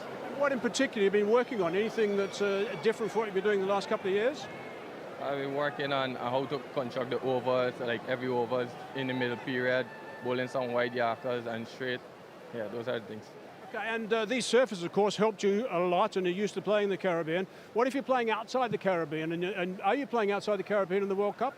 No, we're not playing outside the Caribbean. Okay, so you're going to be set in the Caribbean, and the other surfaces you're going to be playing on? Pardon? The other surfaces you'll be playing on in the Caribbean? Most of the surface will be similar, a two-pace, so what was important is bowl the ball into the wicket and let it do it from there. Okay, terrific. Well played in this series. 8 wickets at a very terrific 8.5 and a economy rate of 6.18. Congratulations. I'd like to have a chat to Rassie van der Dussen now, please. Rassie, if you can have a chat to me. Right, how do you reflect on the series? Yeah, it's thoroughly disappointing, Hazy. Not at all what we had in mind coming here. I think we got taught a lesson in how to play in Caribbean conditions. We like from the first game they were all over us. We couldn't adapt, and still today we just couldn't find answers with the ball. So yeah, not happy with that. Okay, so considering this is 3 important leading games for the World Cup, I mean, what do these guys achieve and learn going into the World Cup? Well, I think, I mean, the chat coming into today was, you know, you can chat all you want. You got to deliver out in the middle, and we just couldn't do that again today. So I think the time for talking is done. Of course, there'll be some experienced heads coming into the squad, into the World Cup, and I think a lot of responsibility will lie on them and the guys that will here to really take those lessons to heart and make sure you can't keep learning. At some stage, you've got to start doing. So I think that will be the order of the day. And what do you think was the difference between the two teams? I think obviously they just know how to play in their conditions, but that's no excuse. I mean, we have slowish conditions at home as well, spinning conditions at home as well. So it's no excuse. I think we were maybe a bit caught off guard with how attacking they were with the bat, and they were just better than us with the ball. I mean, it's simple as that. We know they're world-class players when we expect them to play well, but yeah, I think, again, we just got taught a few lessons. And I guess one thing to look forward to is there's 7 seriously good players coming back to the squad. Yeah, I think so. I think, and like I mentioned earlier in the series, the majority of the squad has been playing together for a good 3-4 years now. So the guys know what they're about, the combinations. Everyone knows each other really well. There's, of course, some highlights in the series. Quinny finding form again, Ngaba Peter. At stages, we showed glimpses of what we can do as a team, but overall, just not good enough. Okay. Thanks very much, Rassie. Thank you. Rassie van der Dussen, of course, disappointed, but certainly brutally honest with his assessment of the way things are at the moment. I'd now like to bring up the winning captain and have a chat to Brandon King, who he also was very close to the player of the series. 159 runs and an average of 53 with a strike rate of 163. Brandon, for starters, you've got to be seriously happy with your own performance. Yeah, I'm very happy with my performance. You know, obviously I'd like to carry it to the end today, but you know, I'm just happy for the victory. So why do you think this team was so successful? To be honest, you know, we believe in each other as a unit and we understand each other very well. As I said before, you know, we've been playing, you know, with the same guys over the last year or two, and we really understand each other's game, and we have a lot of confidence going out there. And how important is this 3-0 series win against South Africa? Yeah, very important. Obviously, this is the last series, you know, before the World Cup, so it's really good preparation for us, and you know, some good momentum going into the World Cup. You know, all the guys are feeling confident about their game, so that's always good. And what pleased you the most as captain? Captains always look at a change room very differently. What pleased you the most as captain?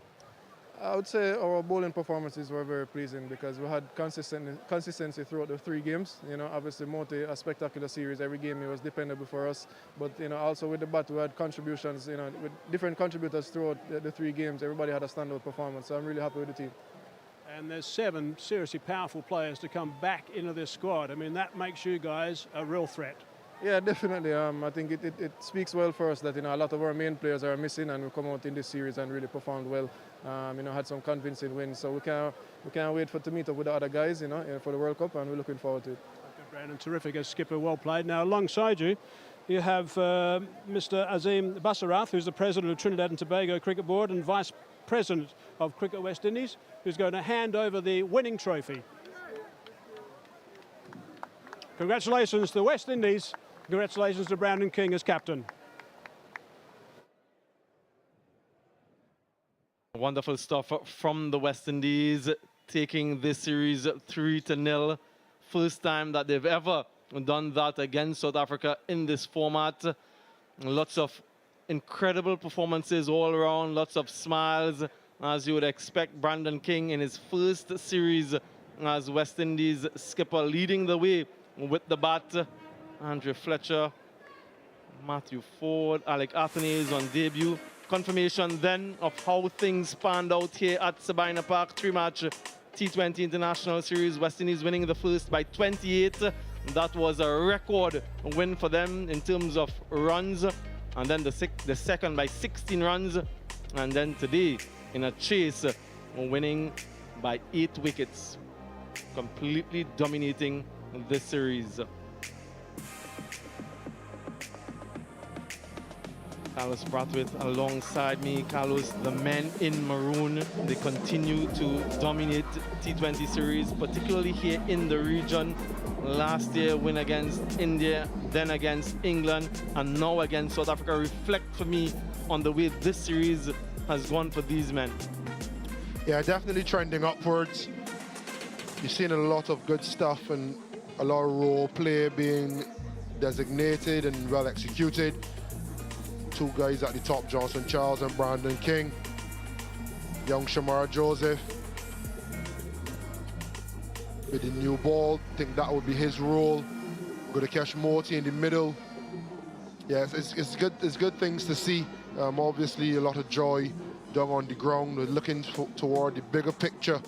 I think there are a lot of good things happening, and with senior guys and experienced campaigners to come back into the fold to add to what has been a good foundation laid in this series, things are looking very, very good for the West Indies in the T20 format leading into the World Cup.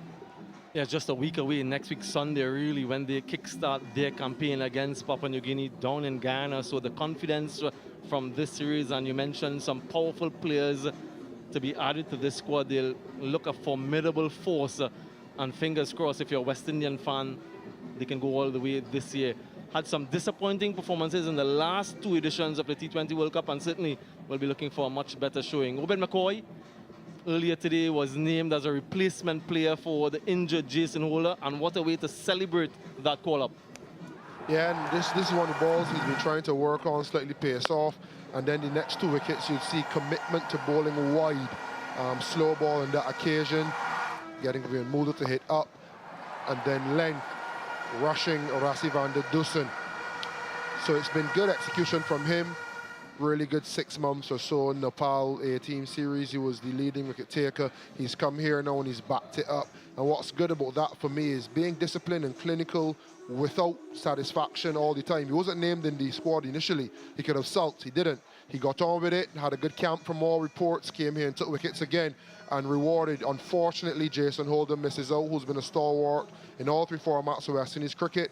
But the strength and depth of this current team means that Obed McCoy now steps in. Opportunity meets hard work, and that's what Obed McCoy will be thinking, and the job that he will be required to do, bowling those difficult overs. We saw glimpses of it today, bowling the 6th over, and then at the back end picking up those 3 wickets. From a South African perspective, a man who too will feel a little bit aggrieved at missing out on the T20 World Cup, Rassie van der Dussen, captain for this series. Only Baba Azam has more runs than him in T20 cricket this year. How good was he today? Very good. I think one part of his game that he's improved on is his 6 hitting. And he'll hit 6s differently to West Indians, but once he gets over the rope at 6, and I think he's able to bring that calm, measured, traditional Rassie van der Dussen that we know. But for the Caribbean pitches, you need to hit 6s, especially going into the back end. I think he played that role really well today. I think South Africa just may miss him. and you look at a power pack lineup, Aidan Markram is really the only player that you look at to drop anchor of sorts. Everyone else wants to play strokes, be powerful, which works, but there's always the propensity with West Indian tracks for a collapse. You always need that one person that can drop anchor and that can help you to stave off a disappointment and get you up to 180. And I think Rassie van der Dusen, off the strength of his year and what we know he can do, could have been that man for South Africa. Yeah, there was a collapse today. They were 50 for 4, and they needed someone to rescue them. He did that, got them upwards of 160. So you're right, that type of role, that type of play, he may very well be missed. Someone who, from a West Indian standpoint, lots of fans were expecting to come good. Johnson Charles, his first T20 international half century in 11 innings. He was brutal, he was bruising, he was punishing, wasn't he? It was good to watch. Had a chat with him before the game. He spoke about really committing to his role to dominate the power play. And he mentioned something after that, saying that his role does not finish as soon as the power play finishes. And we saw it today. He started really, really well, but he didn't think that after 6 overs that was him done. No, he took it as deep as he could, and he batted South Africa out of the game. And I think when you look back over the course of these 3 games, it was quite easy to put pseudo pressure on Johnson Charles, and you want to see him get a score, but it's the commitment to the role and being disciplined and being selfless that allowed him to come out here today, show the same positive intent, albeit with a better result, and win the game quite handsomely for the West Indies. Yeah, absolutely. So easily could have come in this game just looking for a score, having failed in the previous 2 matches, but it just speaks about his temperament and his character. On the other side of the equation is his partner, his opening partner. We've seen a transformed Brandon King, his T20 career strike rate 135. This series it's 167. How good has he been? I think he's made slight adjustments to his play against spin, which meant beyond 14 wasn't as much of a threat, and Abapita on debut wasn't as much of a threat as well. We know he's a high-quality stroke player, Brandon King. I think he mixed that with power. I saw his planning. We see here he got the most runs in the 3-match series, but his planning to the pace. He knows persons want to bowl straight at him, hit his hip. He's making room, so he's moving laterally away from the stumps, but he's also added the move across the stump laterally to try to access behind him. And we've seen him play some pickup shots over fine leg, and we've also seen him cut some balls over third man. So I think that awareness of this is what the opposition will do to me, and this is how I'll counteract it. It may not always work as well as it did in this series, but the awareness and the ability to adapt has been sublime from him, and this time it resulted in performance, and he led from the front. So we saw the batting Brandon King, but I also want to salute Brandon King, the captain. Tactically very astute, and he led from the front, quietly assertive. Yeah, sensational and scintillating is what we can use to describe him throughout the series, the leading run scorer. And as you mentioned, the maturity that he's shown, that transformation in his game, it's mouth-watering to think about him and Johnson Charles at the top of the innings if they can continue to play the way that we've seen them play here today. Moving on the other side, Godakesh Moti with his spin bowling, 8 wickets he picked up in the series. Reflect on the way he's gone. It's been heartening to see. Overs 7 to 15 have been difficult for West Indies with the bat against spin. So to have a spinner in your ranks that can cause similar confusion for opposition batters with guile, whether it be full and wide and trying to hit the crease, or whether another full bonger. That did not epitomize how well he bowled. But he's able to get the ball up and down, subtle changes of pace, subtle release point changes, and you can see a couple batters had to play expansive shots against him. They had to reverse sweep. They're not sure the pace it's coming at, and I think he is one that you have to look out for. I think he gives coach Darren Sammy a bit of a headache. You think him and Akil Hussain will be a spin duo, with Roston Chase bringing himself into the equation. Do they need 3 spinners? And if they only have 1 main spinner, who will it be? And then I think it comes down to roles. If you're looking for someone to marshal over 7 to 15, it's Godakesh Moti, in my opinion. Akil Hussain is so adept with the new ball, and the new ball has been a challenge for the West Indies. So he may get the nod due to roles, but both of them have performed spectacularly well. Godakesh Moti have done his chances no harm of getting and staying in the 11. And it's good headaches and good problems to have for the coach and captain. Absolutely, some may argue that he's moved ahead of Akil Hussein in the pecking order, showing that tremendous control, the wicket-taking ability, as you mentioned, through the middle.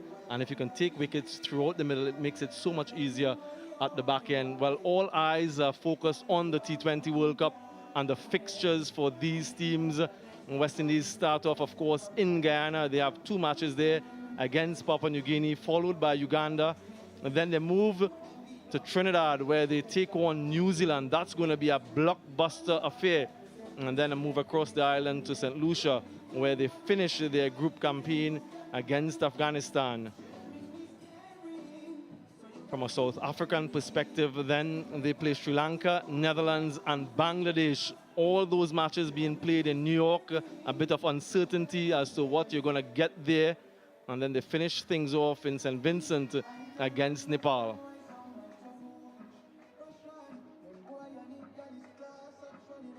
There's some very entertaining cricket we've seen, Carlos, throughout the series. If you were to surmise and sum up things, very confident West Indies and a South African low on confidence. What do they need to get themselves ready for game 1? I think high pace is an X factor in the white ball game, more so the T20 game. The lengths that their bowlers are bowling, they're accustomed to South Africa. You hit further back of a length and the ball really climbs. In the West Indies, not so much. That can be considered too short. Can they bowl a little fuller? Can they hit that test length at upwards of 140 kilometers an hour? That would be a cause for concern. Their bowling, they've always relied on their bowling. So the skills need to improve, but the planning can improve as well. The middle order would be reinforced with the guys coming back from IPL. So it's no sense of indictment for this loss. But there's a certain dearth in confidence, Quinton de Kock, the bowling unit, and those need to be sorted before the first game. Yeah, first game very close by, just a few days away as always. Carlos, I want to thank you for your wonderful insights. I want to take this opportunity to thank all of you for the pleasure of your company on behalf of all of us, all of the diligent crew, and everyone responsible for this broadcast. We want to say goodbye, take care, and until next time, we'll see you again.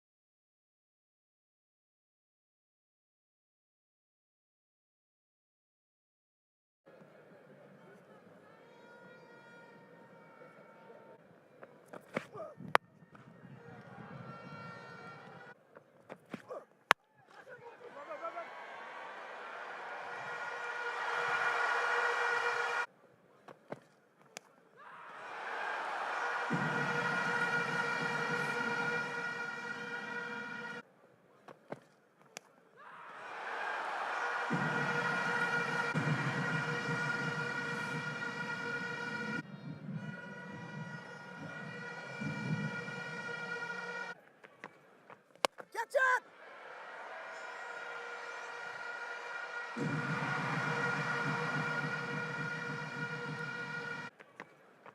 Catch it!